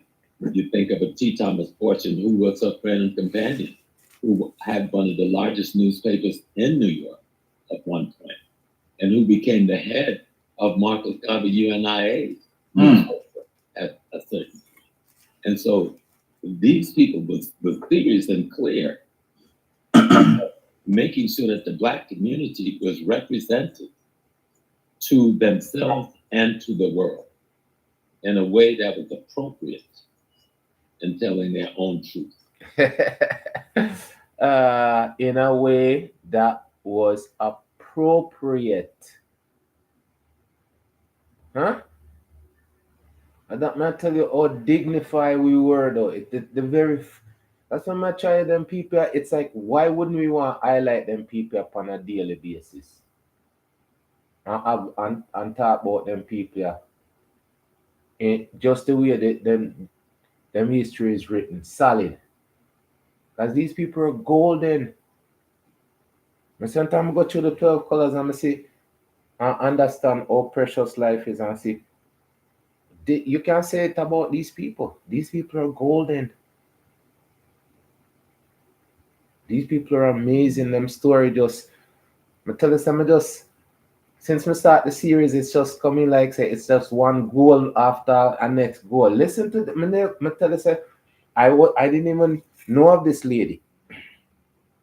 And then the people then just have so much content where you can go research so much writing. Me have my pencil in front of me and me just write down and me tell the same thing with all of the biography of Marcus Garvey and all of them things and now see the same connection the man I said this man is connected to Marcus Garvey. So it's like then it used to be a network of minds and then like the young mind and the old mind them used to connect.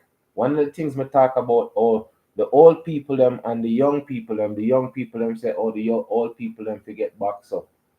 And me say, the young people them don't decide so they don't have a future already. Because if you can't learn from the old people them who have the knowledge, been through everything else, how you gonna survive.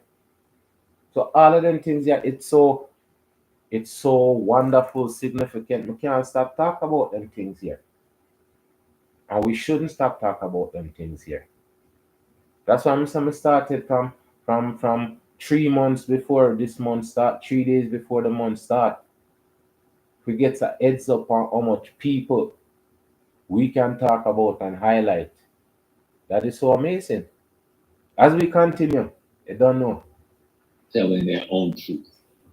And I cannot even imagine a world where the Black community have any chance of recovering the psycho-spiritual sanity without having a Black press to inform them of their levels.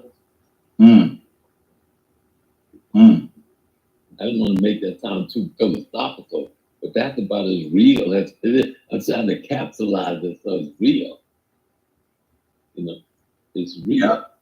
Yeah. And the war against the Black press, there was one point in history, but in the 1960s, when much of the Black press was actually bought up by white people so it could be disposed of when they found themselves in bankruptcy. They came with their money and said, oh, we'll buy you out. It's back on your feet. You know? And so many of our main newspapers, the Afro-American, the Amsterdam News still exists, but a mere shadow of what its founders had it doing. We had some good ones in the last 20, 30 years. But one of the problems, I don't know, one of the questions that were raised is how do we sustain them? Well, it takes economics to do that. And Black people must be committed economically to making sure they keep a media that can tell their story functional. That means we must invest, we must contribute, we must purchase in order for that media to be functional. And I know a Happy newsletter right now represents at this time in history that possibility for the development of a media that will tell our narrative. And at that, I did want to have like a section on, like, you know, like how they have You can have a community section on your YouTube channel. And I guess some would want to have a community where people then can come, you know, post them event and talk to me about the event so I can create something. I'm tell you, say, what's the sense to talk about it if we not practice it? Right? Just the very fact, say, before them people they put into play how much newspaper we did have. We used to have like everything for ourselves. We did live good. We were living good. Actually, literally living good. We did live good with each other, support each other business, all of them things there. That's why I'm saying the Marcus Garvey, the Martin Luther King thing, me never want to touch it until, and look, I can't even find time for touch Martin Luther King because there's so much more people that's before those people time, right? These people are before them time. And these people are great too, are greater because them set an example for these people. Sure, as we continue with delicious. So our narrative, the way we want to talk, that will examine the things that affect our lives from an African perspective, and not from the perspective of those who are bringing the crises in our lives. So I just wanted to we've got to support this newsletter, and we've got to support the direction it's taken to expand itself to tell a greater part of the story of our community. Sorry, Brother Jabari. No, I think that Brother Taki was about to say something. No, I just wanted to just kind of second Professor Smalls was saying. One of the things that Reach and I thought about before having this conversation was transitioning from where we were to community. And if you have we want people with that in mind to think about the word ownership. And we want the community to take ownership of this and be proud of it. And by that way, and in that spirit, contribute to it. If you have something that is newsworthy, please share it. If you have a business or something like that, you want to get advertised, share it. There's things that we want the family to look at it as being theirs, again, ownership, and participating in it on a month-to-month basis. And yeah, it's definitely something that we can utilize effectively to get information out and to share our thoughts, our ideas, our visions, our dreams. All right, Brother Jabari, you got something you want to add to that? Sure. There are a bunch of things. I want to say as you look at the Hoppy newsletter and understand that the folks that have put together Hoppy are not content with creating a great film. And that is amazing. Listen, they could have just created a wonderful documentary and said, okay, that's enough work. Let's go do something else. But instead, they said, how can we have this documentary be a source of communal unification and continued discussion? And so they're doing a lot with Hoppy, and it's really, really exciting. The newsletter is perhaps going to be the most exciting. It has even more legs than the documentary did. If this goes in the direction that is planned, it could actually assist us once more with creating another institution. As Professor Small has mentioned, so many of our newspapers, and so many newspapers overall, all newspapers have died in the last, I'd say, 20 years, the last 15 years, even more acutely, as things have shifted to different models where now the internet is really key. And Black newspapers always struggled with advertising, by the way. It's one of the reasons why they struggled even more than other newspapers. But as we see so many of them now in history books rather than in circulation, creating another entity that will allow us to talk to each other is of critical importance. And so you have to support Hoppy. For those of you who have businesses, I know I do, you have to also advertise. This is important because this takes money. This takes money. I know that we're often uncomfortable saying that to people because we know that there have been people in our community that have taken people's money and run with it without doing anything, right? Yes. No. Yo, that's a one totally different topic. But me just stop with this stuff and say what I want. Me still need support to buy a buckle of sauce off for me. Advertising is very important, and if me not advertise for my own channel, then who for channel we can go advertise, eh? People, we tell them to say, yo, we people are amazing people. We are amazing people. We just don't treat each other with amazing respect, manners, love, unity. I tell you, say once them things that was it was natural for we used to support each other. No, it was just natural because we had no choice. Nobody never depend with team back in them days there. And me no know how people nowadays say people depend them team when we still stand alone. What me say? We still stand alone. We not own nothing. Me tell us that there's so much amazing information, man. Me just want just dig them up and put them all together. But you know, me have to stay focused, right? And this month is just the strength. Our very history is based on the strength of us, right? And that's why I say it's blue year and we feel reflect where we are come from. And the man said it's very important for us to learn and understand where we're coming from and what the issue is. I'm gonna tell you some of the issues that we have. We don't talk to each other on the same frequency. We disrespect each other, right? We don't support each other.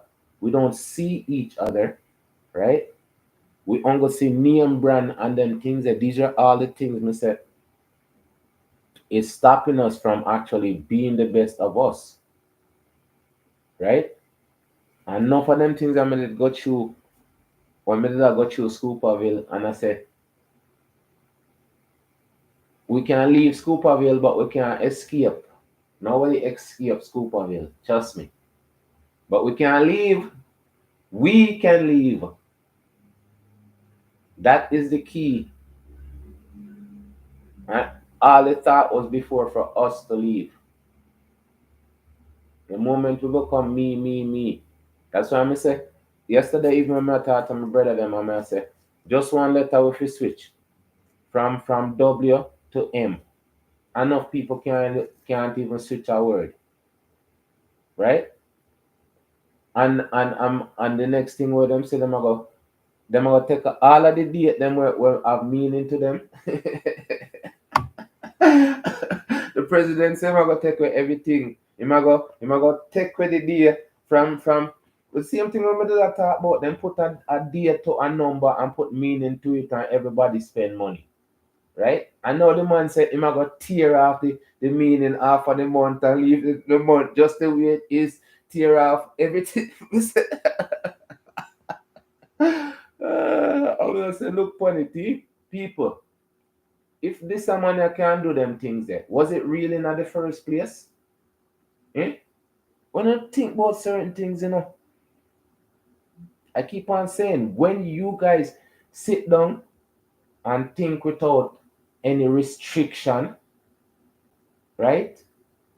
And listen to all them people that talk more time. You think some them people are serious about nothing?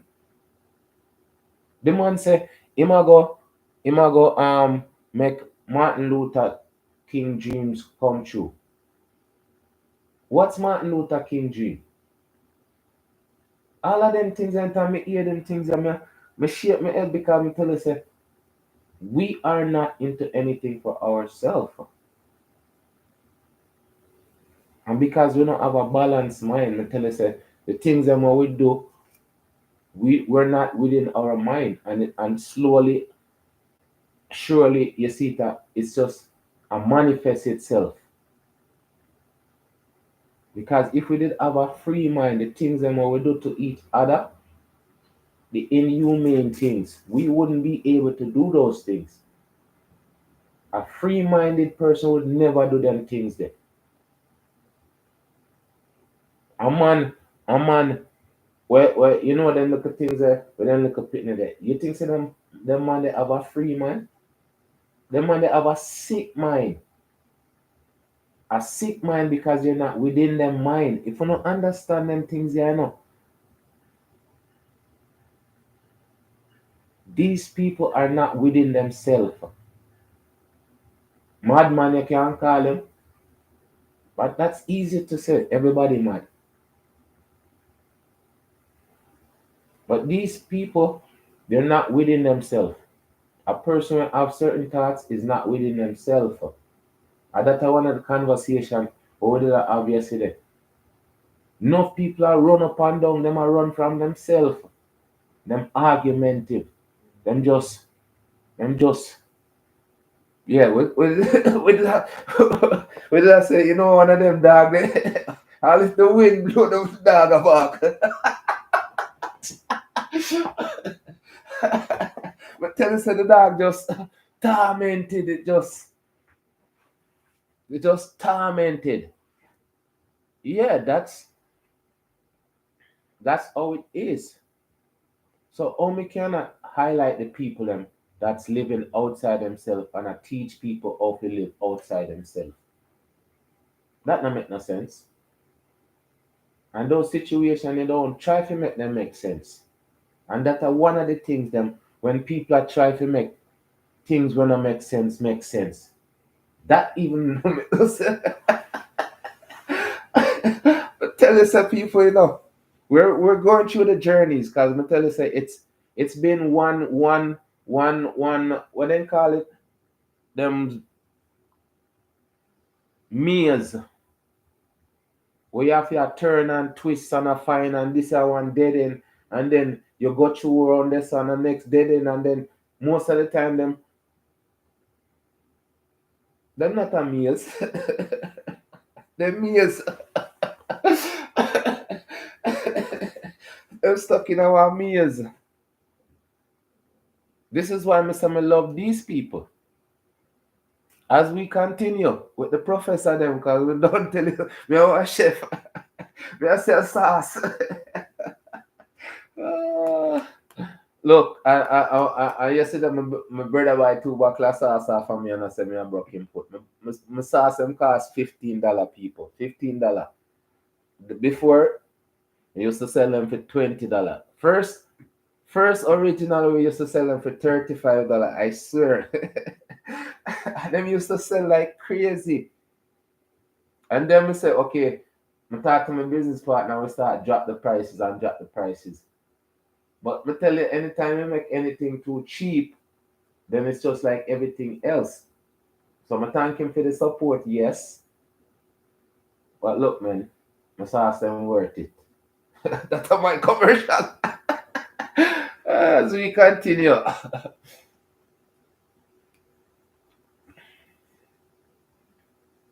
Money and run with it without doing anything. But I think you can recognize that Happy has provided absolute excellent productions, from the conferences to the actual documentary to now the newsletter. The work that they're doing is clear. When you have people in your community that are of your community and for your community, you must support it. Instead of just complaining at every local barbershop, fish store, church outing, you know the places where we complain and say, how come nobody's doing this? Instead of complaining, assist in the creation of. And that's one of the things I was talking about. I go, if you guys hate PNP and JLP so much, why make you not go support UIC? Make UIC on a party. If them do something, on hold them accountable instead and say, boy, we give up on it. Them have the Marcus Garvey movement too. That's our next party where nobody not talk about. So this is why I say, all them people are just a focus on 2 parties, so when there's so much. But then I talk to somebody and I say, you know, say all of them people have the opportunity to make it balanced. And the first thing them say, UIC not the money. Yo, people, And that man try to show you, say, I'm learning as I go along, okay? And some of the things them, it's like, it shocked me too. Like, look, I'm not naive. Me just, some things I'm just not aware of. And if more people come together, then you'll understand. Then there's a bigger room for understanding, right? So it's because the UIC not have no money for pay this and pay that and pay this and pay that. This is why them not get the traction, right?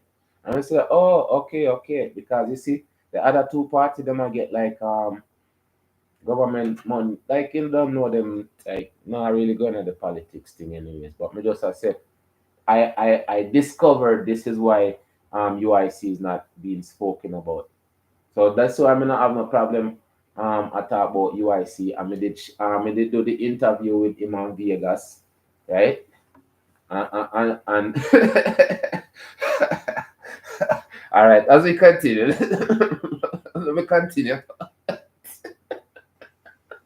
Complaining assists in the creation of a very powerful entity. One of the things I also want to show you, by the way, if I can, Taki, is we've been mentioning Ida B. Wells and the newspaper that she ended up working with extensively in New York. It was called the New York Age, right? This is the paper that was founded by T. Thomas Fortune. And I want you to, for a second, if you can show this, Taki, just to give you a sense of what we're referring to.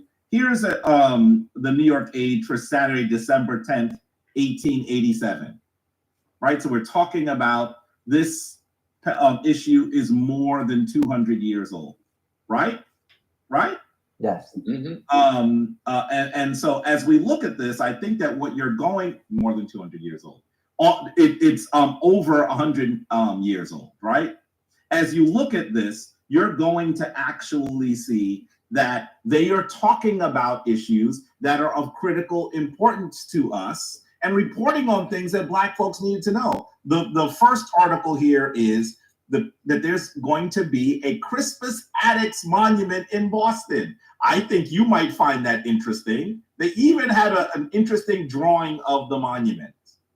Crispus Attucks being the man who was African American and Native American, who was the first person killed in the Revolutionary War. Well, there's a monument that was actually created to him in Boston, and so they gave this initial report. okay, and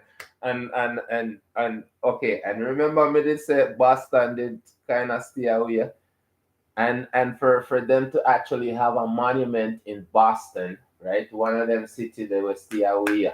That's the next thing that I never knew, and it's so amazing. So that may try to show you all the people that used to actually fight for things that actually had meaning. The people them is like a modern day superhero. The only reason why we don't have them people are print on with t-shirt are because we have Batman and we have Superman and we have all kind of flat print. When we get them synthing them from, and we have our own synthing them. And look how amazing for we synthing them is.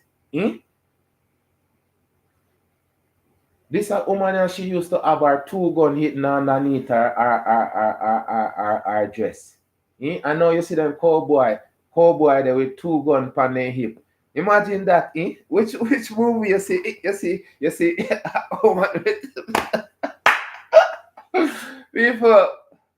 This is our month. This is our month. This is what I say. This month it's alive and kicking. Because them people are them stories.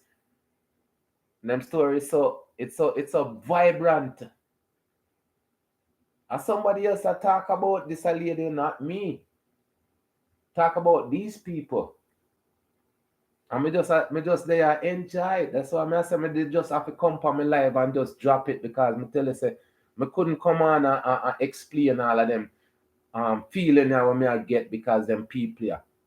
More and do a next Burkina Faso part 2 because me tell you say the things them when the man are do right now, me just can't keep up with so much goodies, but me tell you say everybody have to get a little bit of share. I mean, I just do it for the month or so. No, I just have to continue highlight all of them things here, but I just have to find the meaning them what we're supposed to to a talk about. Sometimes, enough people can come on and we can have conversation about certain things, right? Then we can expand upon them things here. But just because I'm me alone and me just I just enjoy it, and I hope people enjoy the same way too. We just create content also, right? Create something positive instead of something. Because I'm telling some more time, me play about my stuff them, right? Because more time you listen to some things and you just listen to it one and dash it to it. But sometimes you listen to things, you get gems, right? You get gems within one a personal reason and a personal thought. And when it's just sensationalism or trending. And again, me not have nothing against those things. Me need to stress them things because me know say eventually somebody are gonna say, well, you have a problem with them things there. And I don't. Me just say everybody choose them own entertainment. And me choose people who have sense, right? I'll choose the people that may have sense and we choose some people for entertainment. But not everybody can be the same, and you can't just listen to the same content over and over without trying to find a resolution. This is why I'm saying conversation, communication, not argument. As we proceed with the professor them.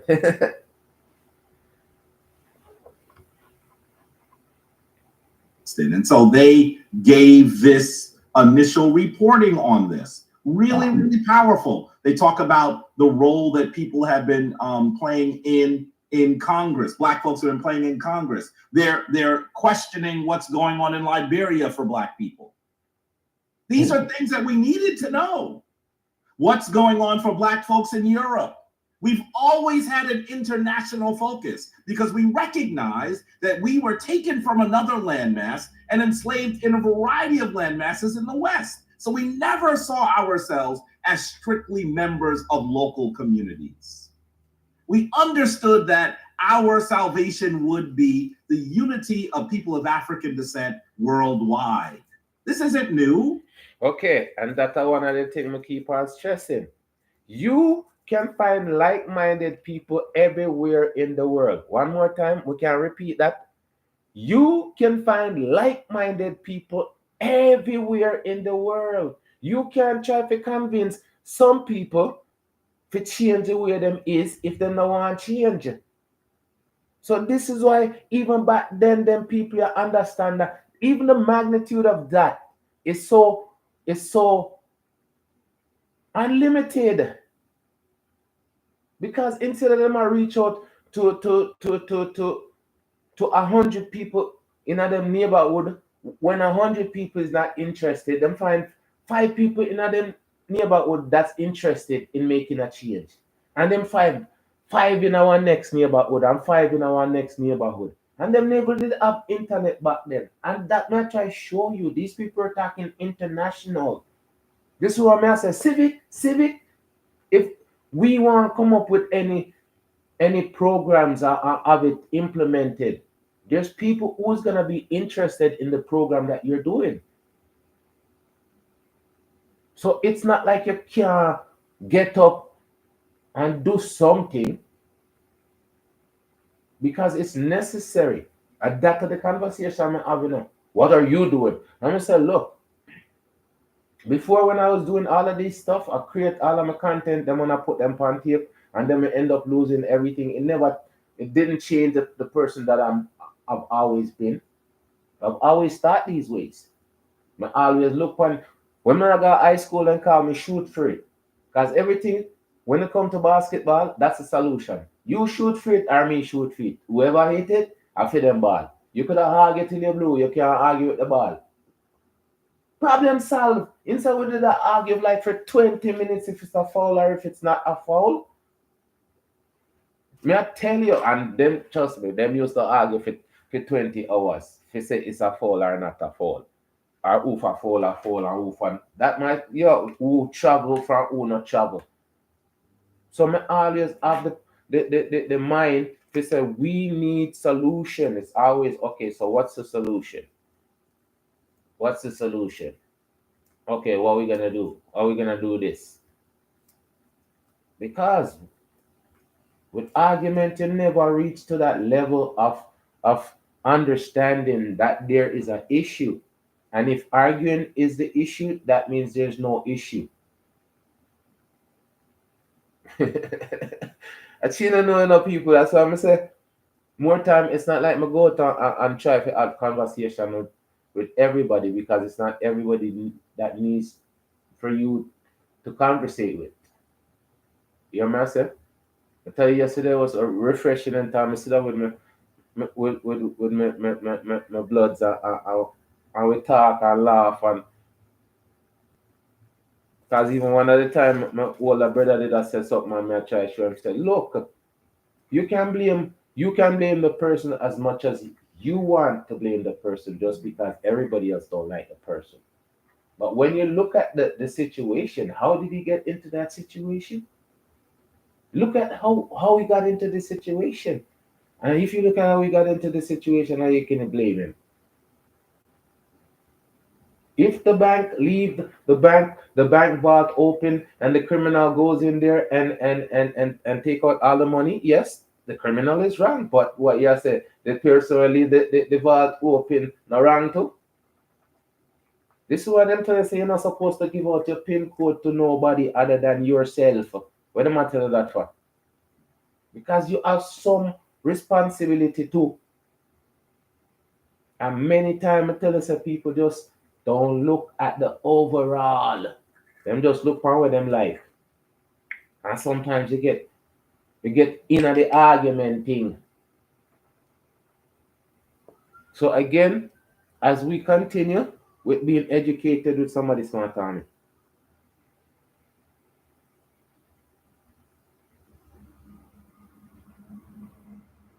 The unity of people of African descent worldwide. This isn't new. This is what we were thinking. But I do want to show this, and then I'll be quiet for a minute, Taki. This is page 1. Let's go to page 2. Wait, I want to go to page 3. What do we see on page 3? Here are the ads. Here are the ads. There has always been a connection between businesses and the black press. So when Taki says, if you're doing something, you should put an ad up. Taki is trying to be the 2025 T. Thomas Fortune. You had better support him in what they're trying to do. Here are the ads. Here are goods for the holidays. Look at this. Fine stationery in plush and leather gloves, handkerchiefs, and jewel boxes sold by D.A. Green, a black business here in New York City. This is what we do. He's not recreating something that we don't understand how to create, but what is Taki and the Hoppy team doing differently? They are now utilizing the internet. So this isn't going to be a physical thing alone. This is going to be the kind of thing that has a larger reach because of the internet. We have to figure out how to use modern technology to lower costs and to increase the reach. And this is what I'm saying. Like everything that I'm doing, right? I'm creating my own content, but I'm using YouTube to create it and keep it, store it pretty much. So later on I can access it. That's you. It's your information, your idea. You create anything. The same thing when I say, write your poem them.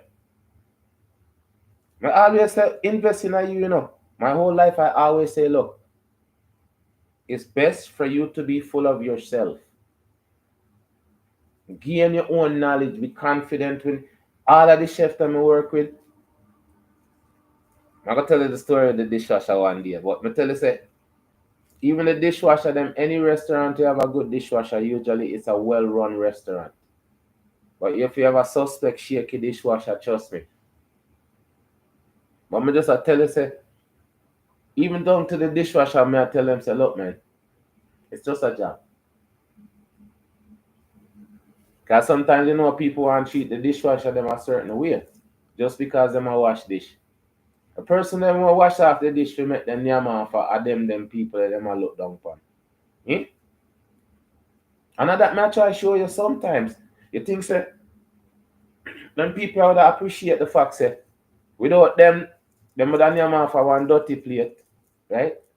Or just because they name off a dirty plate and you give them clean plate, they're mad with you. Imagine that. Eh? So may I save you from being nasty.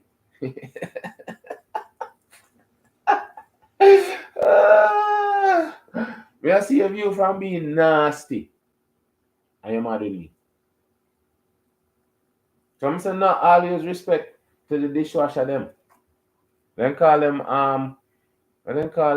aquatic something. Because them change the name and then say they couldn't call them dishwashers because people are disrespect them. I mean I understand it's just a job. It's just a job. It's just something to feed the family with. And you are deliberately gonna do things. Why would a person want to do that to a next person? Eh? Oh. So, so one of the questions me get asked yesterday if I work for $15 an hour. And I say it depends. And I say and the question is, would you work for $15 an hour? And I say okay, fine. Yes, I work for $15 an hour because I work for cheaper than that before. Work for $6.75, I work for $5 an hour. But I say that not cheap like my mother, because my mother does make $1.25 when she come to Canada. Right? So I don't see that one of the things me say there should be no there should be no minimum wage because it's according to your skills you should get paid. So if I get $15 an hour, what me I go do? How can I do a $15 hour job other than do the job? You know what I say? You can't say all right, me just make 15, me just I go do a $15 job. If you say that, you know, I go do a complete job. Because a job is never done according to what you get paid. Right? As we continue.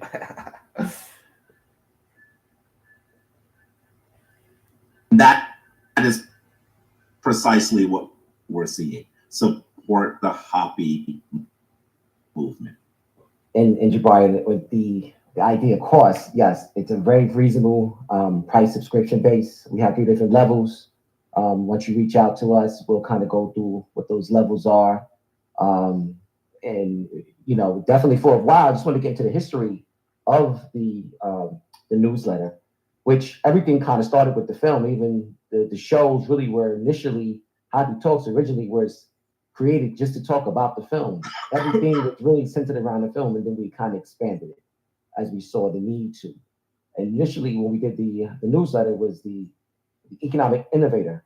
We took a historical or one of the great ancestors that had some great innovations in economics, and we featured an article on them in health.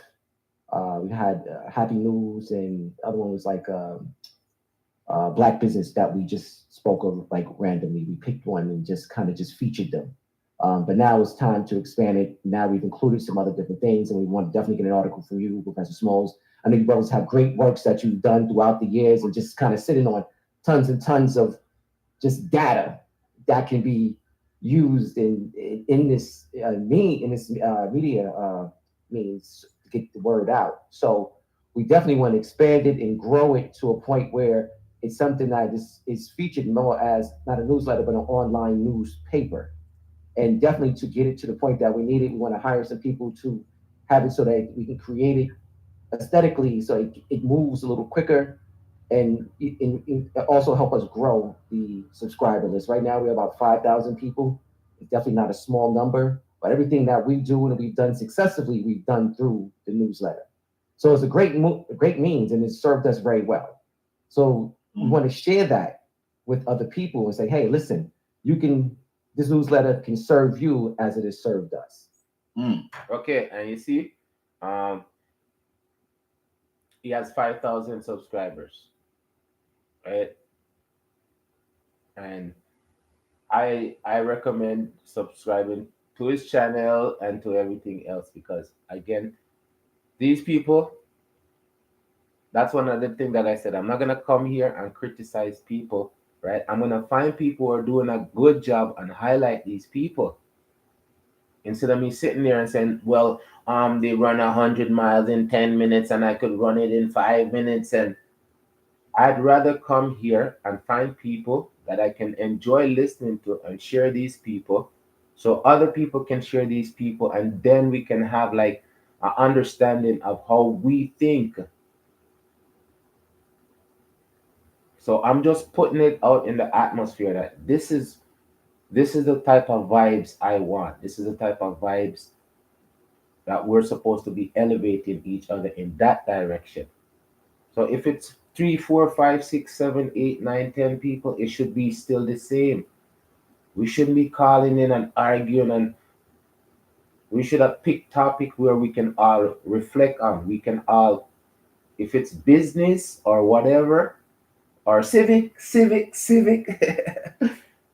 if it's history, if it's economic, if it's any one of them things, if it's entertainment, to find people that's been in the industry who created a niche with their type of music that's still positive, right? That's still uplifting. Because again, we have to do it in a sense,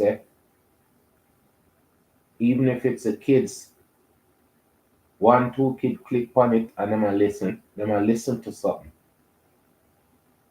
Because I tell you some more time when I click on a channel, me now watch a channel, I am listening. And if me no hear nothing will keep me there for a while, then we move on. Me give them a like, obviously. And me move on, go about my business. You know, if you watch a bag of commercial. But me know say commercial is important to everybody channel. So if them channel is good enough, then me give them a like and then me watch some commercial. That's just like how you watch on TV. And on TV you couldn't fast forward commercial. Even though you'd love to fast forward some of them. So me just I say it's a network of good people because them have network of bad people out there already.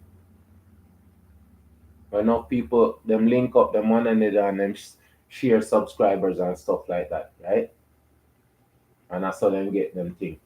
Me just I say me no want join them type of people them. Me just want join the people them who's like-minded. Because they were looking for people that was like-minded. And the journey continue. As we proceed with the professor.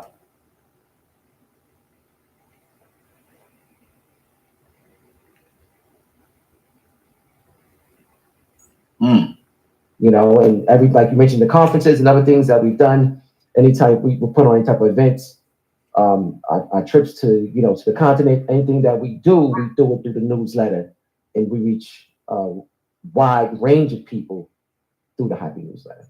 You know, I wanted to just glance. I haven't been looking at the chat at all, unfortunately. I know there have probably been questions and comments here, but I see our Asar Kak Neb says, not all of us were taken. We're the original Americans historically confirmed. I want to say, as someone who has studied our history for all of my adult life, that there are certainly people of African descent who had intermarried into Native American groups. We have many individuals who actually can draw their lineage back to those people who came here in the earliest time into the quote unquote New World.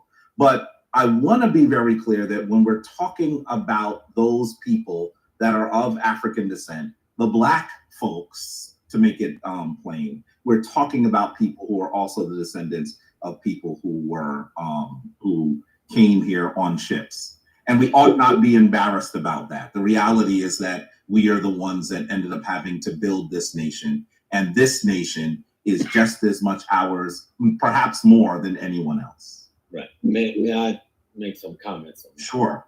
Because I'm one of those people they talk about. But my perspective isn't as theirs, as I'm hearing from the ND and the others. I know my history. I clean my ancestors' mounds, not their graves. I cleaned from the time I was a child.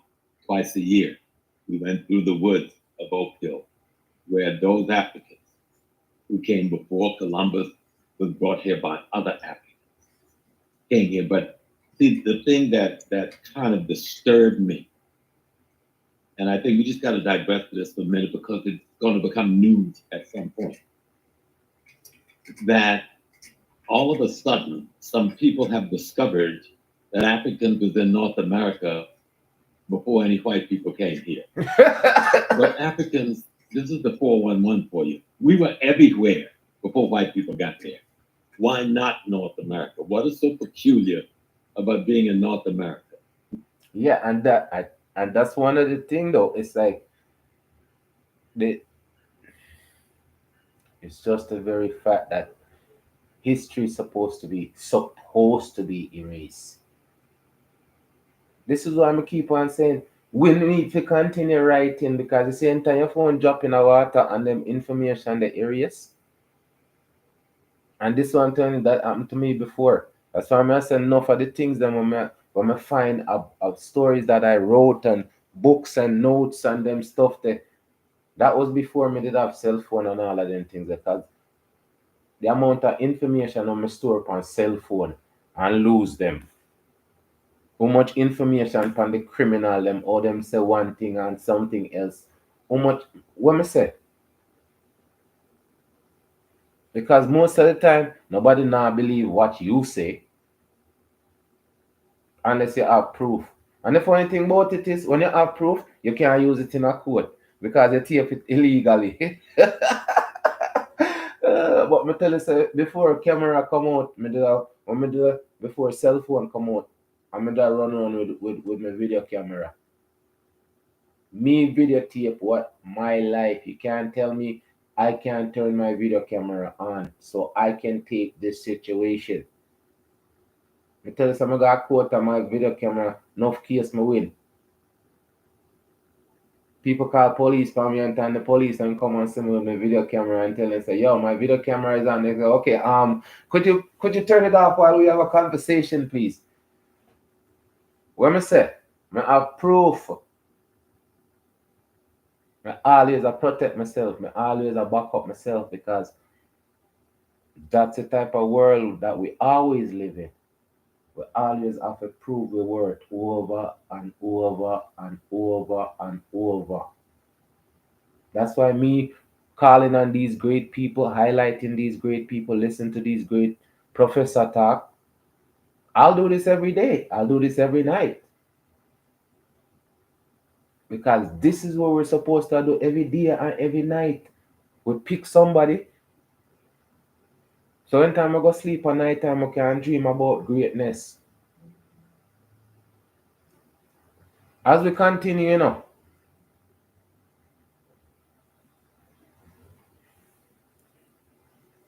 What is so peculiar about being in North America?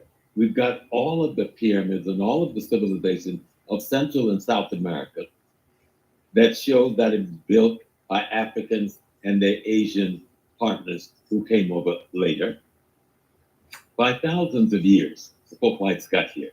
What is the mystery? See, I always was taught by my teachers, all content has intent. All content, what is the intent of the content that brothers are trying to present and sisters are trying to present about those of us who came, those part of our families who came on those slave ships versus those part of our families who came with the Malians from the Mali empires and those who preceded those who came with the Mali empires? If you have any understanding of African history, especially West Africa, they would tell you that the comings and goings back and forth to America was a normal thing, not a mystery. You just discovered it, so now it's a mystery. And you're going to use your mystery to deny the rest of your historical reality. Read LaRon Bennett's Shaping of Black America, the chapter on the black and the red, and he will enlighten you with his research, as well as David Imhotep's research. David had almost 5,000 sources in trying to explain our presence. But we were in Australia, we were in New Guinea, we were in Thailand. And if you know Jamaican mountain already, you can't believe say them come from Africa, right? That me no know, me no know which part of the world over there where Jamaican.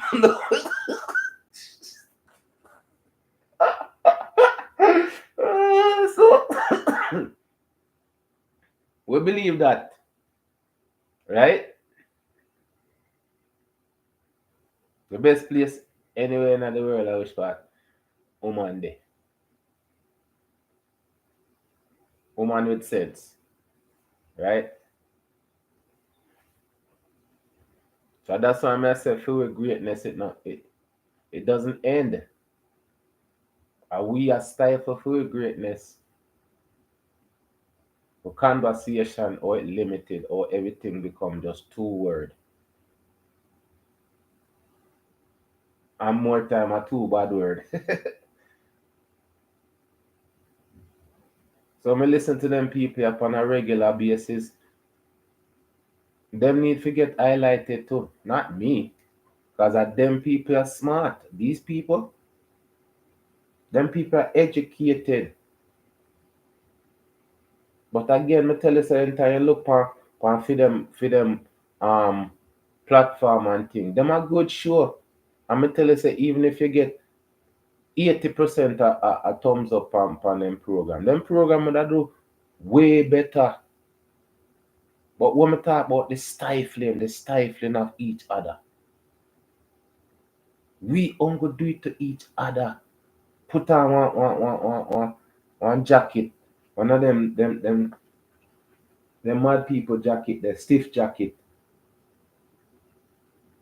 By the words how we say, how we treat each other. When you listen to them people, just a conversation, how them just a conversate. Them just a speak. And them just a talk about us. Who them a talk about? We don't get it sometimes, When you talk about each other with pride, man. Like how you talk about your mother, if she's a good lady, and like how you talk about your father. When them words they come out of your body, man, I tell you, good morning, good afternoon, have a nice day. If you have nothing good to share a smile. So you never have to say nothing, just a smile. Your award-winning natural smile. Make the whole place light up. That's us. So everything I keep on saying, I keep on stressing these things because I say sometimes one and two people are gonna come along and then people need the stress to free their mind.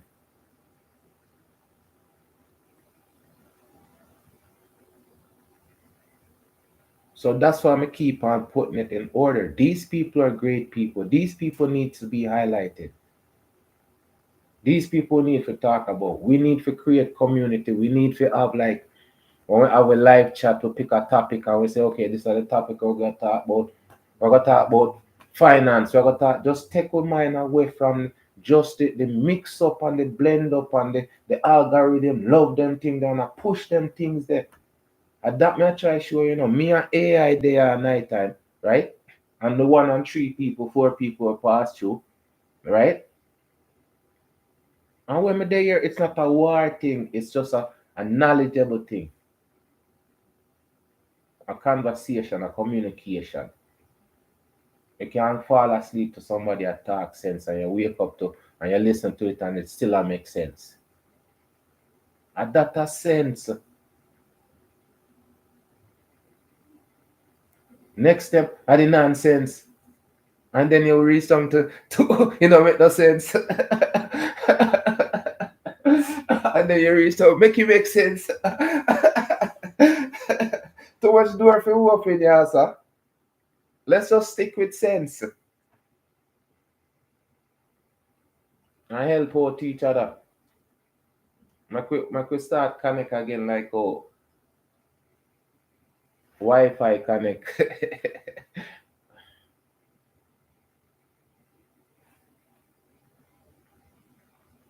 New Guinea. We were in Thailand. We were in Cambodia. We were in Britain.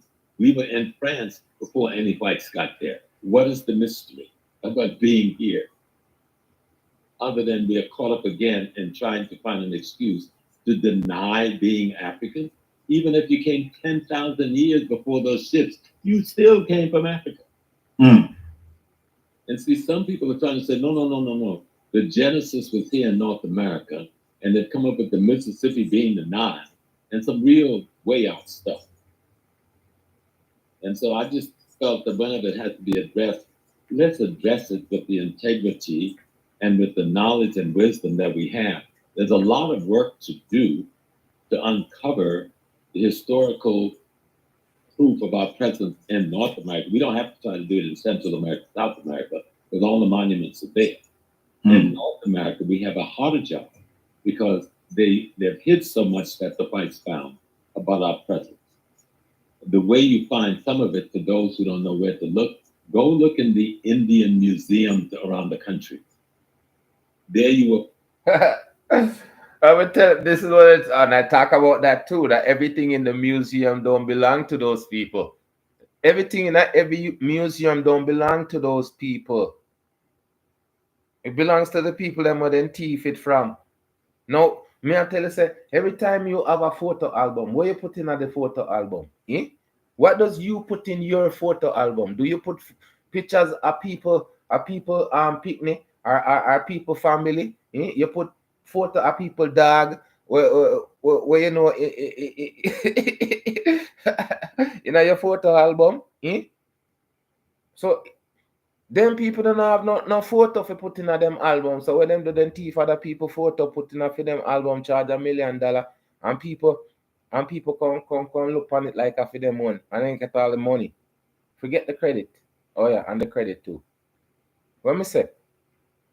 All of them things I've always looked at these things. But because we not talk about them things, we not encourage each other, we not build up these vibes. You see, when I talked to my brother last night and I said, look, imagine them supposed to have like 3 or 4 museum at Jamaica, right? As tourist attraction, and in the museum are pretty much our history, right? And they would like have like tourists come at them place here, but then can take pictures, souvenirs, all of them things there, right? Okay, so Colin Bell, I want him come from Portland, and everybody will know me, know say Portland on my spot, right? And him talk about Navy Island. Navy Island away Raja Moore or them they do 007 them people that did go make a movie over there. And I tell you some I go over there before, you know. I have pictures of me go over there and videos of me with up on the boat I go over there. I think we put up one on my YouTube channel too. And I say we go over there already. And over there nice. I tell you, say if you clean up over there because them say it used to have a club or something over there before, and them used to take boat and go over there. And that may I try to show you. There's so much places, beautiful places where the people then can make money off of. Because when the people then come and take picture, you know, guess what? Them still have to leave and then they not take the place. So the people that come again, them just take picture, the same thing. Where them just sell the place over and over and make one bag of money, right? All of them things that I look at and I say, how can them things be so genius and be so simple, right? And they're not being done. Because the people them don't want to do them things that the people them have other ways of making money. The people them just are blatantly rob everything and thief everything and not have no time to actually create ways of making money. With marijuana, everything about Jamaica is, I tell you, say yellow yam. Them supposed to have like a yellow yam city at Jamaica where them plant pure yellow yam there so. Cause yellow yam so bloody expensive. A gold that there. All of them things you see me got Commodore. It Portland, I'm tell you say Commodore nice, the dirt nice. I take some picture over there so it's some yellow yam grow over there. So but tell you say that's Commodore is a yam production. I tell you, there's so much things. There's so much things that creative people think about. Come and tell you say, I know there's many smarter people out there who have smarter idea and them have the money to create whatever. But the fact of the matter is, them no want to do it by themselves. And why should they do it by themselves? Because you know it's still already. You build it up and then broke it down.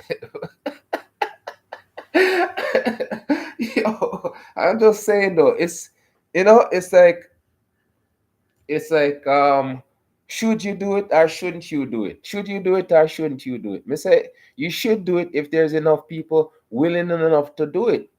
Like-minded people. Same thing I talk about Diaspora City. I'm gonna tell you something. I'm gonna do a live and it's just gonna be about Diaspora City, all build and everything, right? But me just say the collective of people with great minds come together and create great things. That's all I want to see now. I just want to see the people them where know said a change need to be made, come together, right? And just start it. Cause I'm tell you say, Jerry, I went name Jerry thing. I can't know say name Jerry Smalls. That's him. Jerry Smalls. Thank you, Blue. Jerry Smalls said it's gonna take grassroots. It's gonna take organic. We have to do it grassroots organically. Or we just get together and just say, you know what? This is a good idea. That's a good idea. Let's see if we can get a couple more people. Because the first thing I tell you, say everything what we do, it costs money. But sometimes what we do, it costs too much money. you know? But we have to find a way to work around things and work things together. Because I tell you, say, all them great people have accomplished so much and they never have as much as we have now. And that's one of the things we say, everything gets smart except we. No funny, It's like smartphone, smart this, smart car, smart. So I'm doing. We're not supposed to get smart. We just me just love ask question. I'm gonna tell you, say one of the people that I'm gonna listen to, more introduce him. That's why I'm gonna do some like half an hour with people where pretty much them say what me I said too. So not just me alone I gonna get in that trouble. If you say the truth. Right? Show people. We have enough work to do with each other. That's all. As we continue with the professor them, right?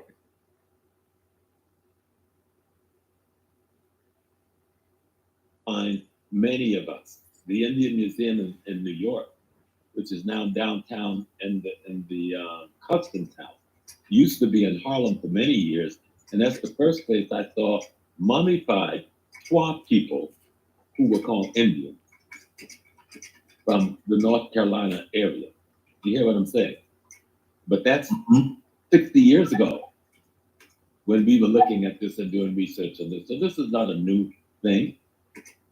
Ron Bennett is researching, and he tells the story on how, and he was a good, he was the historian for Ebony magazine for much of Ebony's life. So he was quite a journalist himself.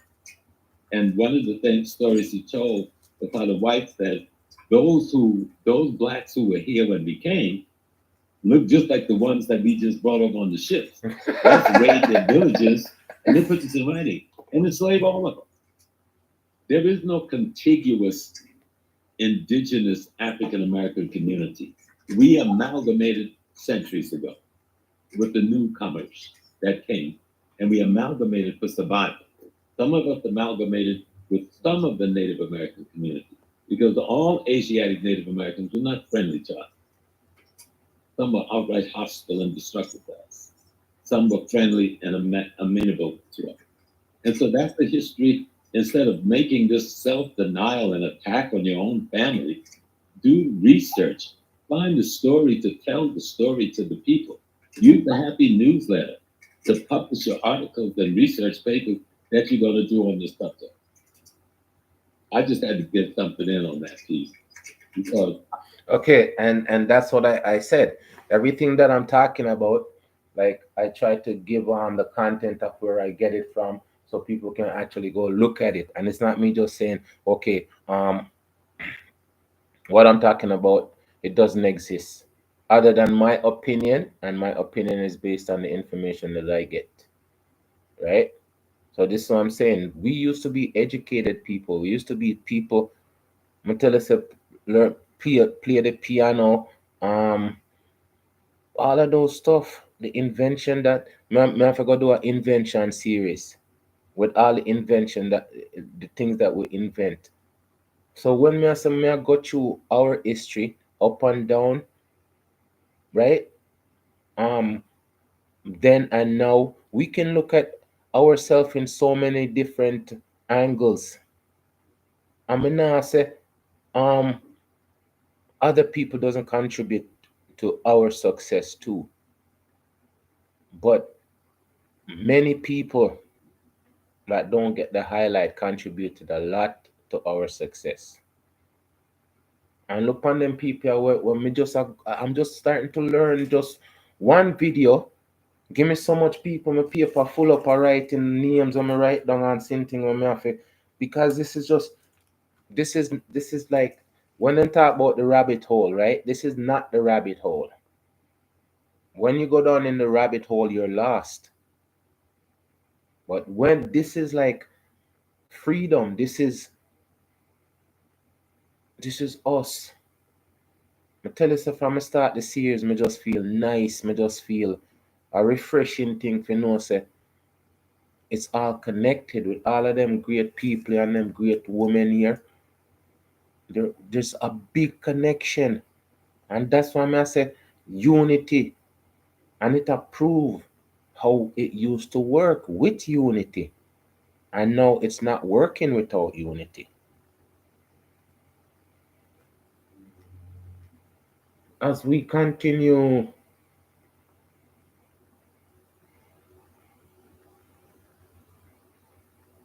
See how the intent of the content is disturbing to me. Because I can take you to South Carolina to the burial sites of my people who was here before the slave ships. You can look at my skin and my face and tell who I am if you want to tell the truth. And we've had our family reunions on the reservations in the mountains in North Carolina. The last one was 11 years ago. So we know who we are. We're not confusing it, but that was not anti-African. I had to go to the reservation, stop the powwow, and tell them they were acting like white folks. And they needed to get their behinds over to the family reunion celebration. By the next day, I had 50 or 60 more of them there. But we need to just understand the history. Let's stop the foolishness. Research needs to be done. You young people, you got the skills, you got the technology. Do the research. And for God's sake, publish it, your research in the Happy News web. Facts. Facts. Thank you for that, Professor Smalls. Jabari. Yep. As we kind of wind down the show, do you want to know if you have any final words, anything else you would like to share? I really think that what we have to do is recognize that as we talked about history, there is no more important time for us to decide how we're going to go forward as a community from our own perspective than now. Some of you have heard me say that it's more difficult to teach Black history in 2025 than it was in 1985. There are actually now laws against teaching Black history. We have a lot of work to do. And so we're going. Okay, and that's what I'm saying though. Is they're gonna do these things because they know we won't do it. What I say, if them take away Black History Month, right, from February, is that gonna stop us from doing the things that I'm doing right now? Are we gonna say, oh, they took away the month, so we can't? That me talk about from earlier, or them put a date to a number and give it meaning. Valentine's Day and you spend money. Easter and you spend money. Thanksgiving and you spend money. Christmas and you spend money. Me say it, if the Friday the 13th, when I did the Friday the 13th, right? And I said, it's just a normal day, but you put Friday the 13th to it and then, ooh. So this one, I said, we need to create our own so they can change it. If we create our own thing, them can't change it. And because it just show you what them can do because of them do it. Oh, we can erase this and change this, and we can erase this and look how hard it take for them make it, and then just decide to just mash it down like a dolly house. Them things they not seem kind of it not have it not register nothing. We not understand. I wanna care if you understand. But me care enough to know which part me I come from and understand the lineage of who we are. And again, it have come a time when we really have to fight for who we is, We already have fight for it, but them people that did way stronger than we now. I tell you, say the TikTok mind them. Them people the mind lost. So as soon as them see 10 minutes on a video, that a delete. After no 2 minutes. That's why I say I want to create my content them. So anytime I'm ready to sit down and listen, you can understand some things and you can reason with yourself. Because I tell you, say it's reasoning. I don't want to turn an argument with yourself. And not just go over and say, yo, I think about that sometimes. Because if you not think about nothing at all, then just I go give away what you think about. That's why them black paper was so important. All of this. I tell you, say, it's like say, it's a gold mine. This a video is a gold mine. I'm tell you, say, no can't always go watch it. But me sit down and reason and listening to them and conversate with them and say it's being a part of it too.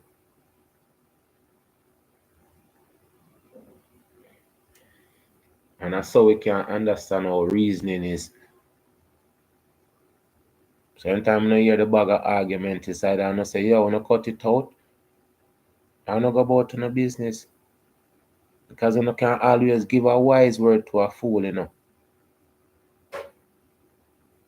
But it's up to him. It's up to him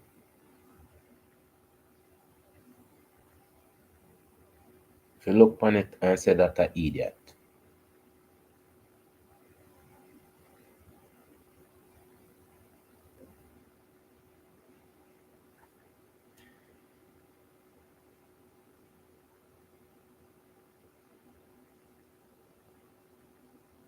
To have to make sure that when we talk about our community and the events that are occurring in our community, we are doing this from our perspective and not relying on other people who are trying to manipulate the history and the current situation of Black folks with comments like slaves actually learned skills that they could use during enslavement.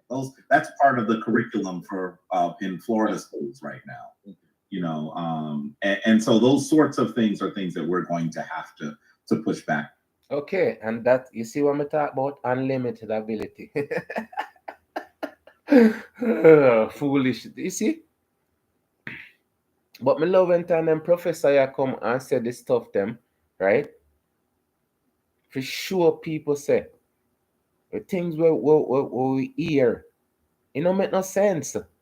It doesn't make no sense because it never make no sense to the people them where them tell that, but because the people then couldn't question it, the people then just accept it and can't tell you like say it makes sense. How can unlimited beings be limited to? That's why I'm saying from we're born everything that I've been talking about, anything that we touch become the goal. But our ego ruin everything. Just like when everything become goal and it become worthless, that's our ego. We ego make everything worthless. You see, anytime me read about with the baseball, and I did say both say two people with the same skill set, right? But one with a good attitude and the person with a bad attitude.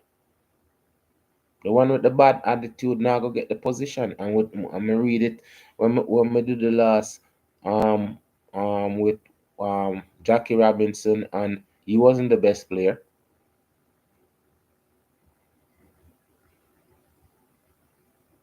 He wasn't the best player. Them say the best player die of a broken heart.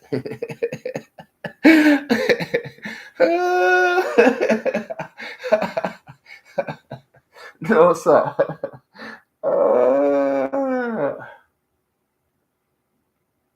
Because instead I just say, well, I saw it go. Him have it up. And it become that's my choice for you. Say you cannot have certain feelings towards other people without having it for yourself. So if you hate them, you're gonna have that hate in you.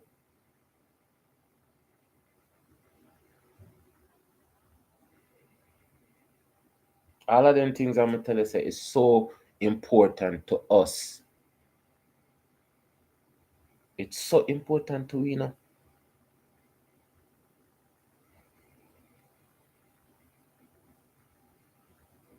And everything what them people did I talk about, because we stop listening to them.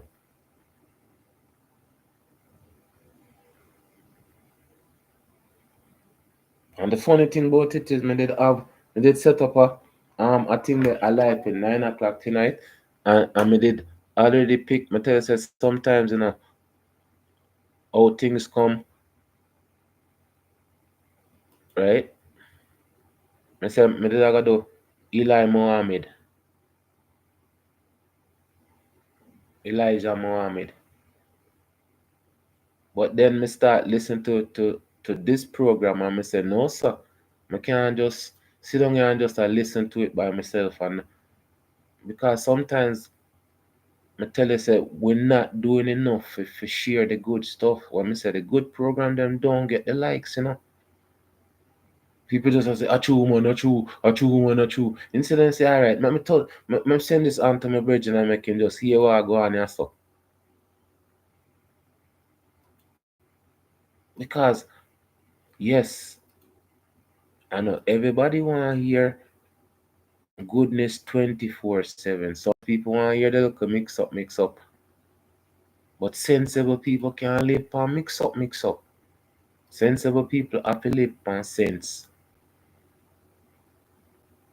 So what you have to bring to the table is some sense at least, so people can say, all right, me hear what you say. More than nobody now hear nothing. That's why I just want to put out the content them and make sure some things them solid worth of sense me I put together.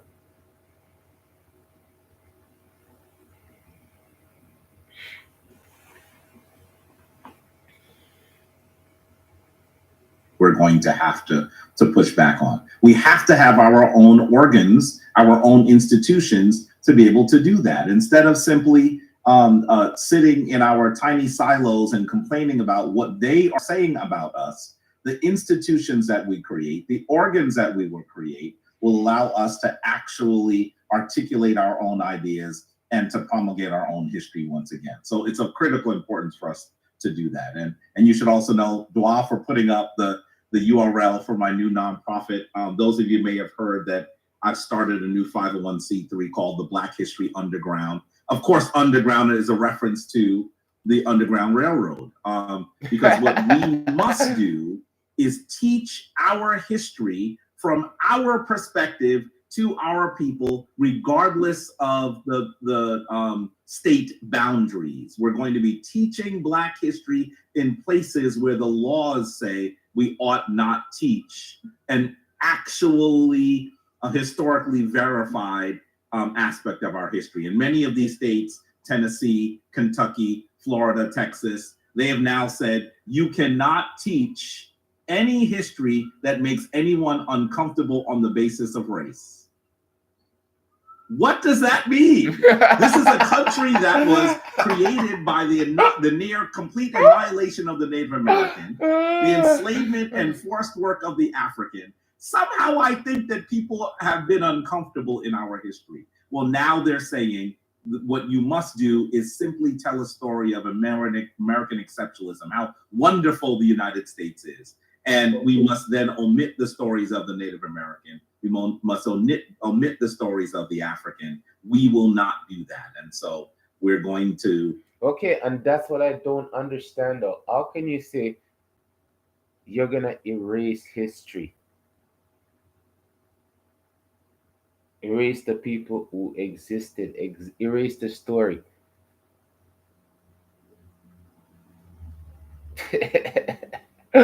What me tell you say they can, if you don't keep track of it. They can if you don't keep track of it. And this is why these historians,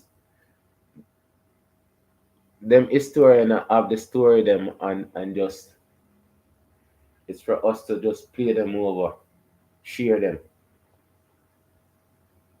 Because these stuff are worth listening to.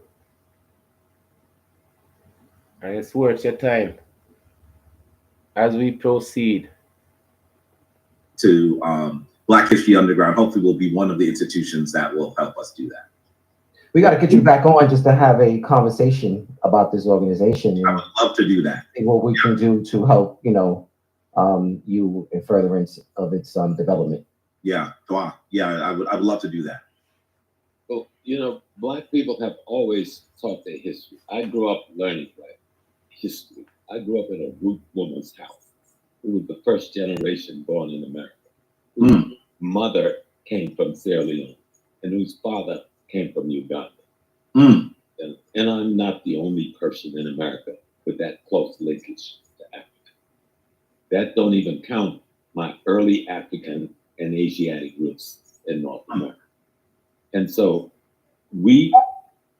I went to a one-room classroom for the first 7 years of my education with one teacher, the same teacher for every grade.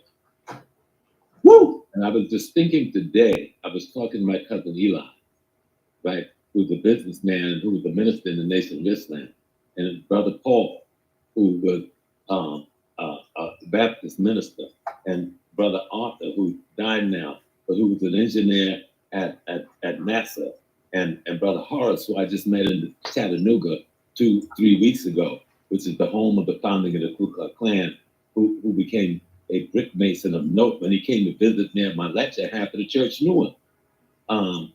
We were just one age group that came through that little school with that one teacher who taught us Black history from a book that didn't have no cover on it. All right, and what we were taught in our home, and so I know when the foundation of history, King man, and when your narrative is in your hands, what you can become.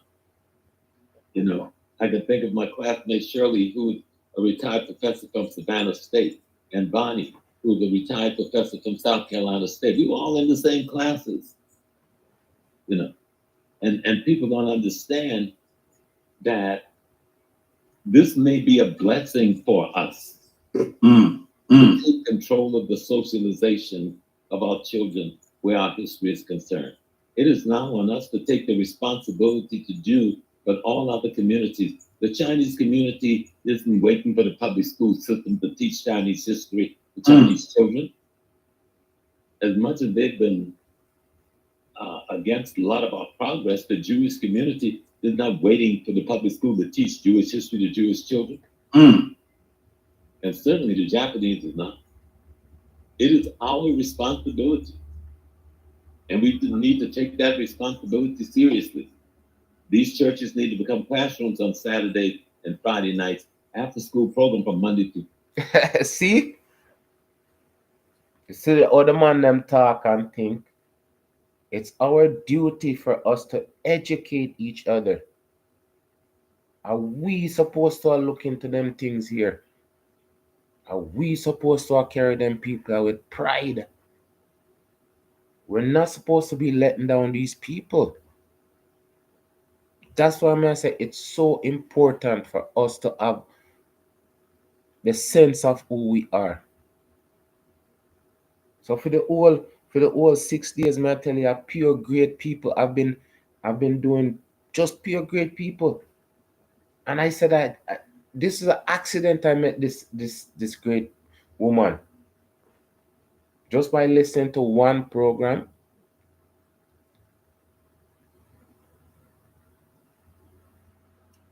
And these people are all about upliftment. It's all about us. It's always been about us. It's always been about us.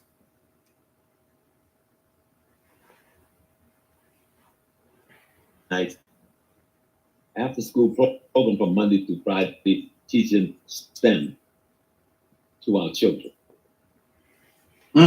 History on Saturday. The same thing with the lodges, the same thing with the mosque. If we are serious about reversing what they're doing, because what they're reversing is what we did through the late 50s, the 60s, and 70s in getting these Black programs in history in the public school system. And they've been about reversing it long before Trump became president. That's true.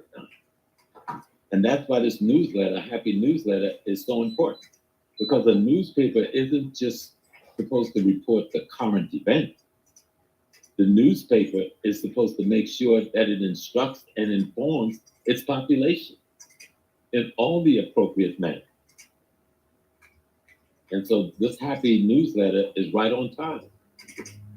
There should be a column there dedicated just to history in every column. Looking at chronology or timeline, looking at categories of skill, what kind of architects built the plantations? We would have built this. What kind of chemists made the bricks? Who were the chemists that made those bricks? Charleston is the epitome, like New Orleans, but more Charleston. People don't understand much of the houses that was built during slavery and in the antebellum time was brick in Charleston. And they were built by Black people with bricks made by Black people on two big plantations just outside of Mont Pleasant, South Carolina, bordering on Charleston. Those basic kinds of history we need to understand. Who were the architects that designed those big houses? I grew up working in the big house.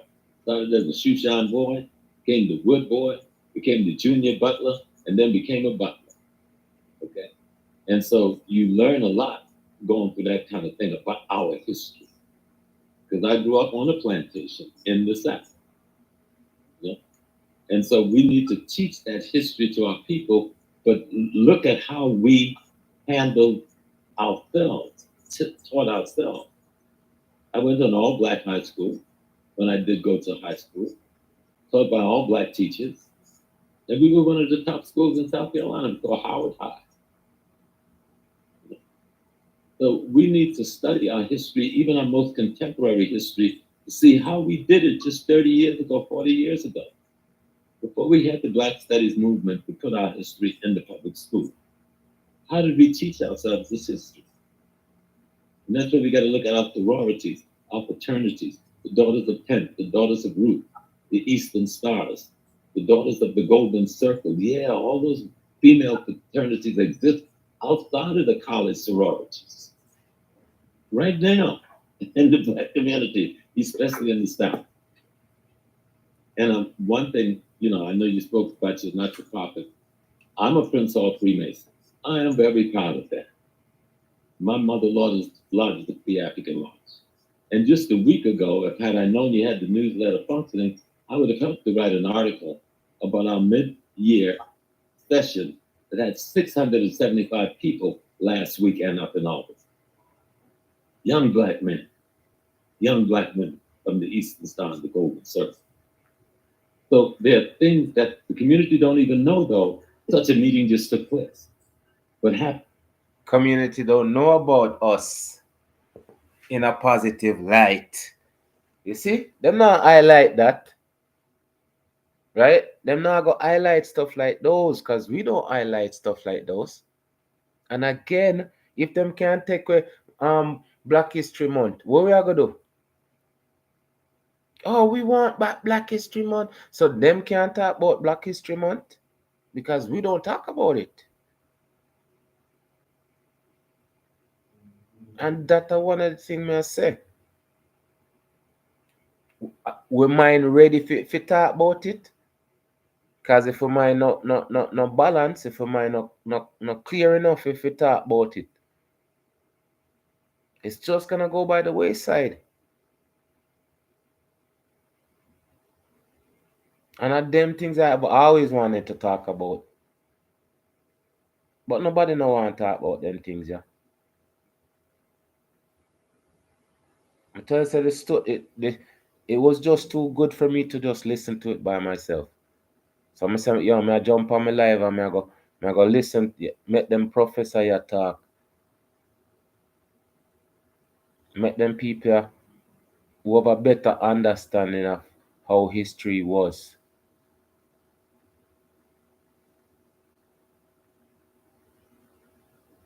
So we can enjoy it. Enjoy the greatness of these people. So we can be inspired by these people. And we can inspire others.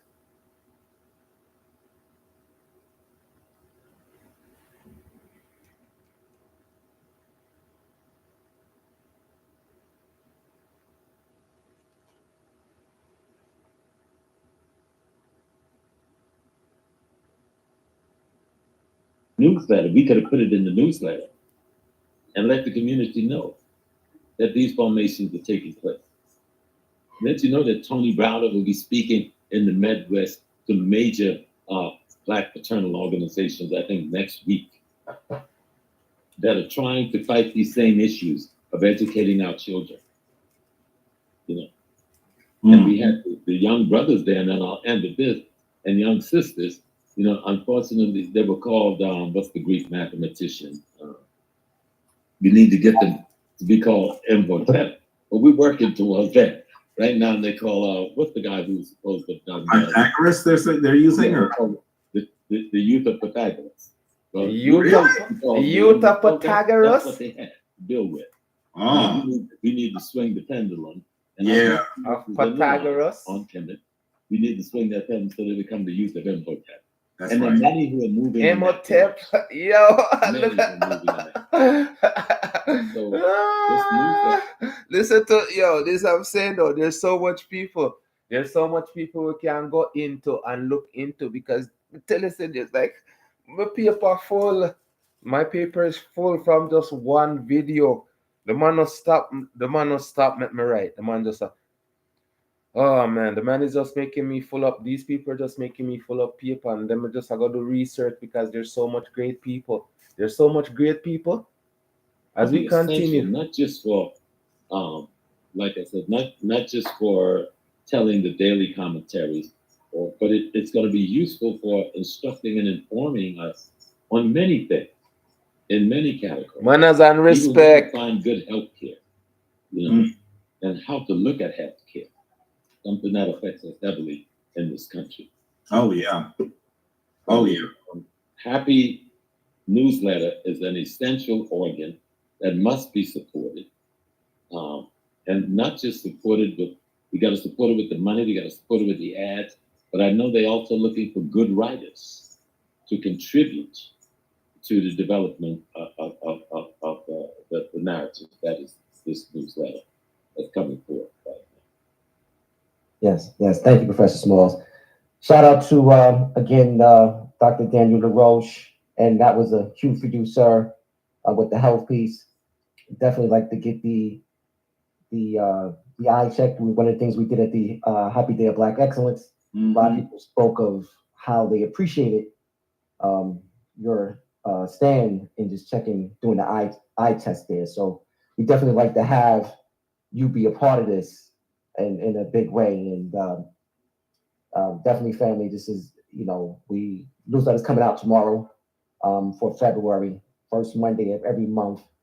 So if you haven't signed up, please sign up tonight so we can get to you tomorrow.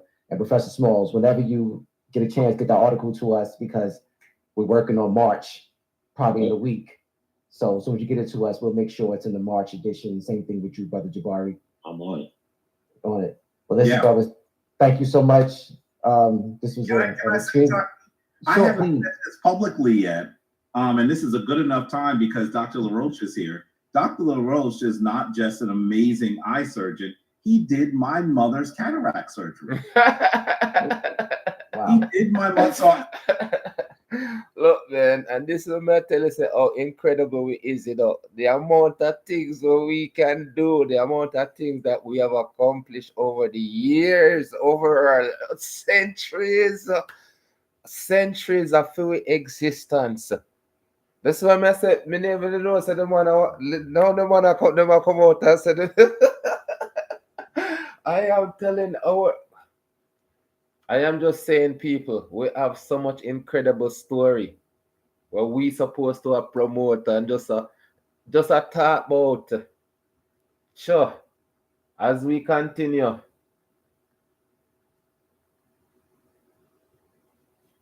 My mother, so I know that we kind of know that he's an MD and does some stuff. I want to give him a personal shout out because my mother, now she's wearing glasses that don't have any prescription because she's used to seeing her face with glasses. But she said to me the other day, I could not read that before. I didn't even know there was a sign there. We were driving. She said, I didn't know that was a sign. I didn't know what that was. I said, ooh, you got to say something to Dr. LaRoche. So definitely, we need to celebrate those folks in our community who are doing important work. And if you go to his office is a university of African history in an ophthalmologist and eye surgeon's office. Listen, I wish I was exaggerating. If you go and you'd be like, what is this brother doing in here? So we really have to celebrate that he did that, and I want to give him publicly thanks to my mother as well. When we had the conference in Queens, ever since then, Brother Kaba Kamene keeps asking me about Brother LaRoche, and says, listen, that was one of the greatest things he's seen in all the conferences he's been in, just to be a part of something, have something different from the books and everything else that we do, but to have someone there who represents us, to have a type of stand and just the health piece being there on display. So definitely shout out to Dr. LaRoche. Does he have an office in Harlem? Yes. I've been to Dr. LaRoche. Oh yeah, he's in Harlem. He's in Queens. I've been at the office in Harlem before. I moved, some years before I moved up. Need to go back because I haven't been able to find anybody up there to deal with my eyes. My wife is just asking about a good eye doctor.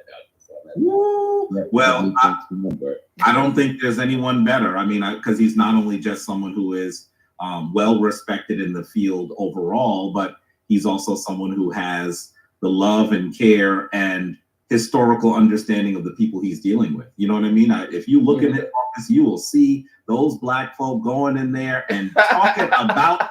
Okay, look how much people. Now, Dr. LaRoche. Now, me have to go look up Dr. LaRoche, eye specialist. My goodness, people. Okay, so this is Happy Talk, uncompromising black press speaking, truth to power. Okay, so that's the video that we're listening to. I'm gonna tell you, so there's so much information in this.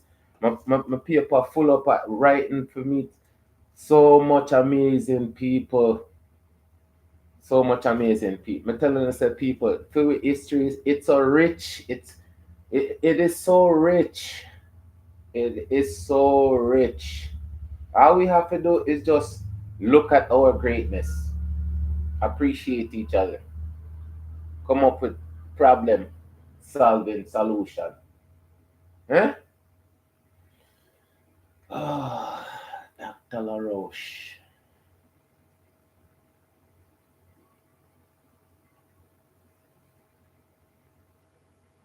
Talking about him like he floats in on air. That's the way he treats them.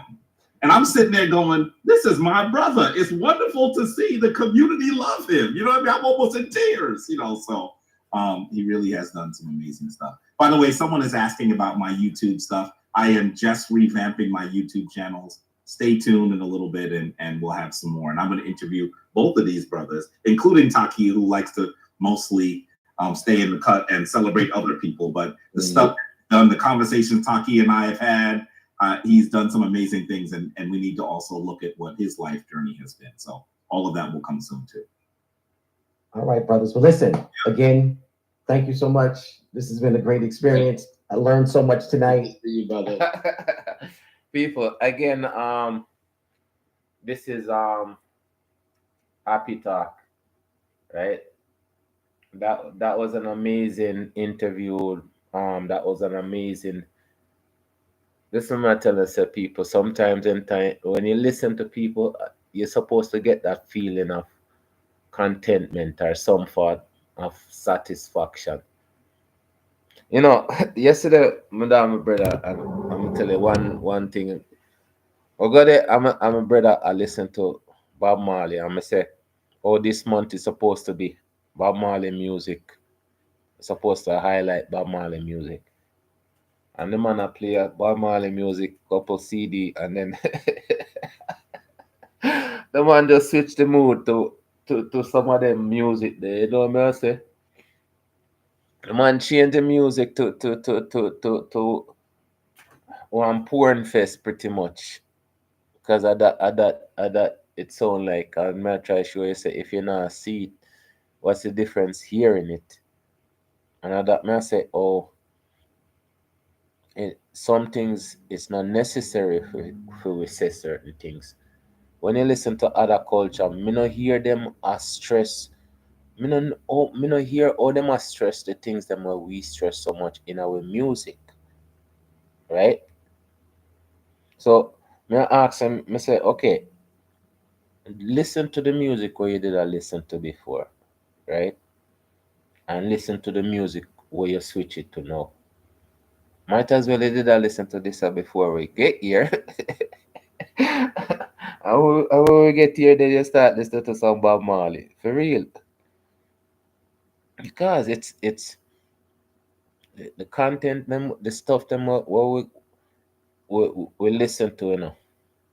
It's so important to our well-being.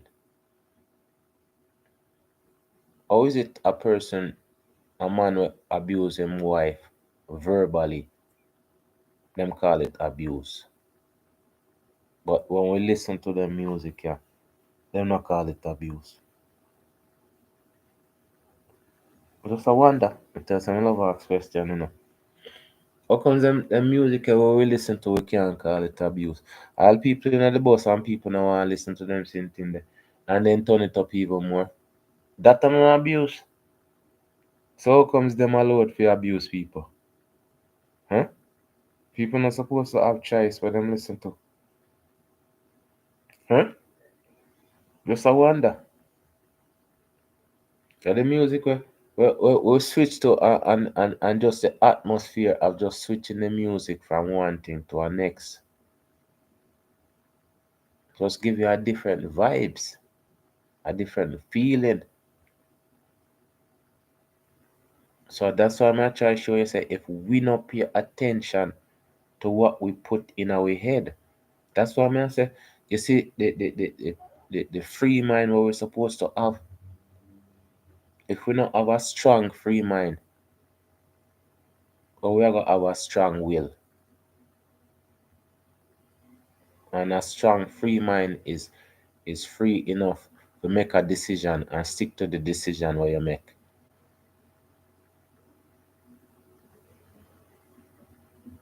I tell you, say, it's so important though. It's so important for us understand these things. Because me tell you so many times people say, yeah man, yeah man, yeah man, and then go over it without it. Then think about it. That's why I say people at Jamaica don't listen. Because everybody said the same thing. Stop drive so fast on the bad road. And every day you hear the same thing. Somebody get boxed up on the bad road. Them a listen? No. It just a going at them head, but them not realize. So most of the time I tell you say it's realization, understanding them things there. This is why society was so much better then. But nowadays society becomes convoluted. Everything just mix up in a one. And I don't mix up for good reason. I mix up for just destructive.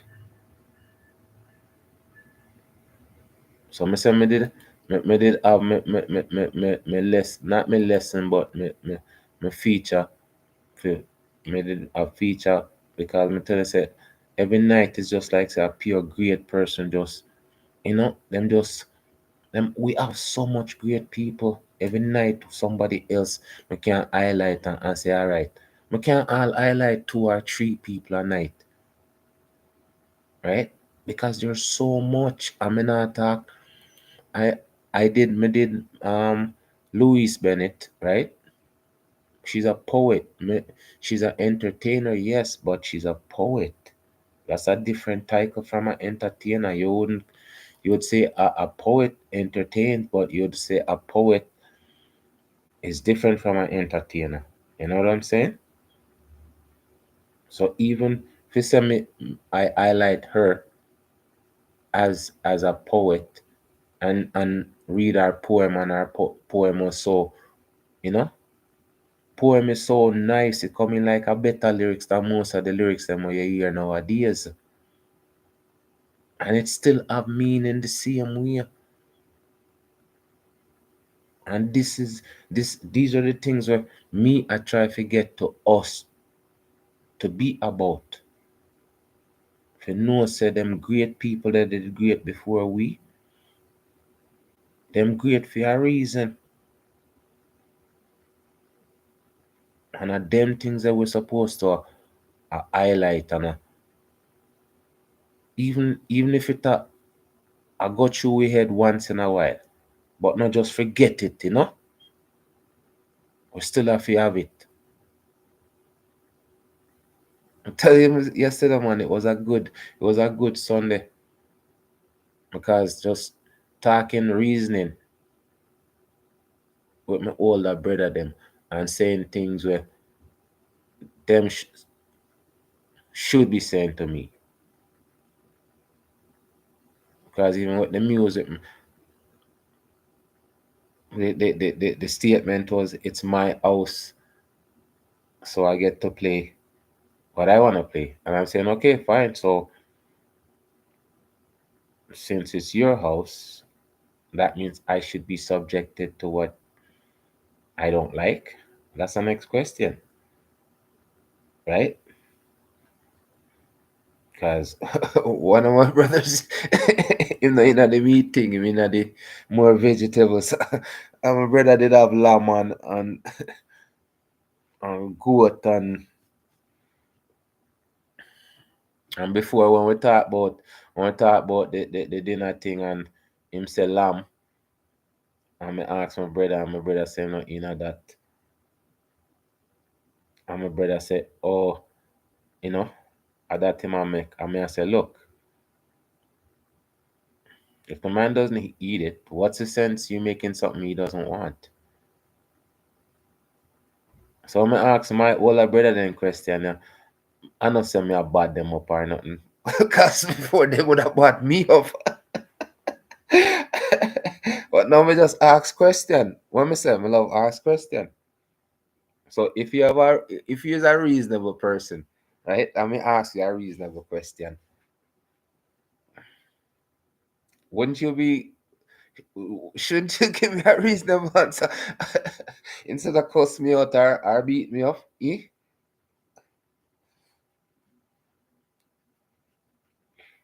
Because me tell you, say, all of these people, them were so them so intelligent. All of them were so intelligent so far when me do. And me said, tomorrow, I think Eli, Elijah Mohammed, Elijah Mohammed, I want to get it pronounced properly. I can do him tomorrow. Because the thing about it is, me tell you, say, every day, one just, when I go through, me think, me search, one next great person just come up, Because, anytime you search for one person, that are the same thing I'm tell you about the connection of the spider, of the spot, the human web. Because him get influenced by somebody, and then you go hear somebody, Marcus Garvey, you go hear somebody around them type there. So we have a good connection. We have a good connection all over the year. There's somebody balancing. That's why I'm say one balance, two and two balance. You balance two and two balance you. And in every month you have balance. All of them things I never understand before I go through the 12 colors, But seeing them things, yeah, just seeing all of them, all of these like great men and women, them thoughts and all them right through the era, them always have people were always. But the thing about it is, me not think that that's how it's supposed to be. I think it's supposed to be there's a group of people in every era where fight for, fight for humanity. People, me tell you, some just once me get into them things here, is so amazing for know say,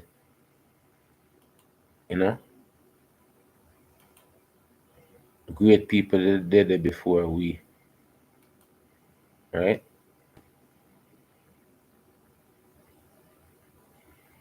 Great people set a great example for we follow. And just we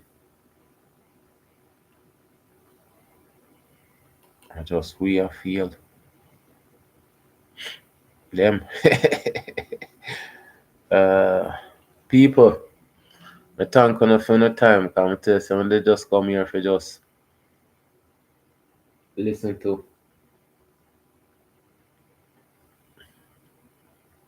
happy talk. And it was a happy talk, trust me. It was an amazing talk.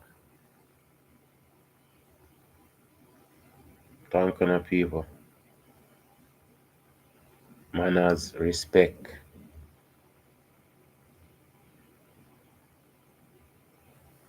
As we proceed, there's always more to come. You see it? There's always more to come. Because if you look on the past is so rich. Pure superhero we have. So if we have so much superhero in the past, don't know say always more to come. That's why I'm so glad for just sit down and put out them things here. For highlight them. Because eventually, people are going to get sick and tired of the bullshit we're out there and say, you know what? We need a change. The entertainment is not entertaining. It's not entertainment anymore. It's not fun anymore. It's just hate. It's just vile, just nothing. Or mean something. No, that. I can sit down with 3 hours with them people and listen to them talk and just feel the energy where them people did have and creativity. So of course more will come.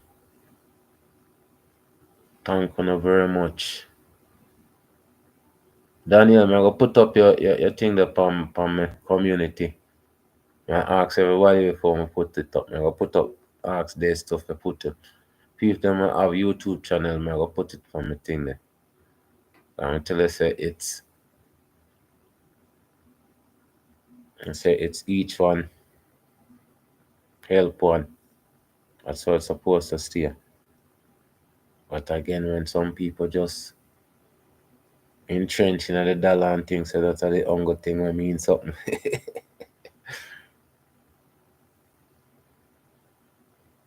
Let them do what them want to do. And what we do what we are do. That's all. Later people. Thank you for the like and the share. And the subscription too. I have to thank the subscribers them because I don't know say that's very important. Peace.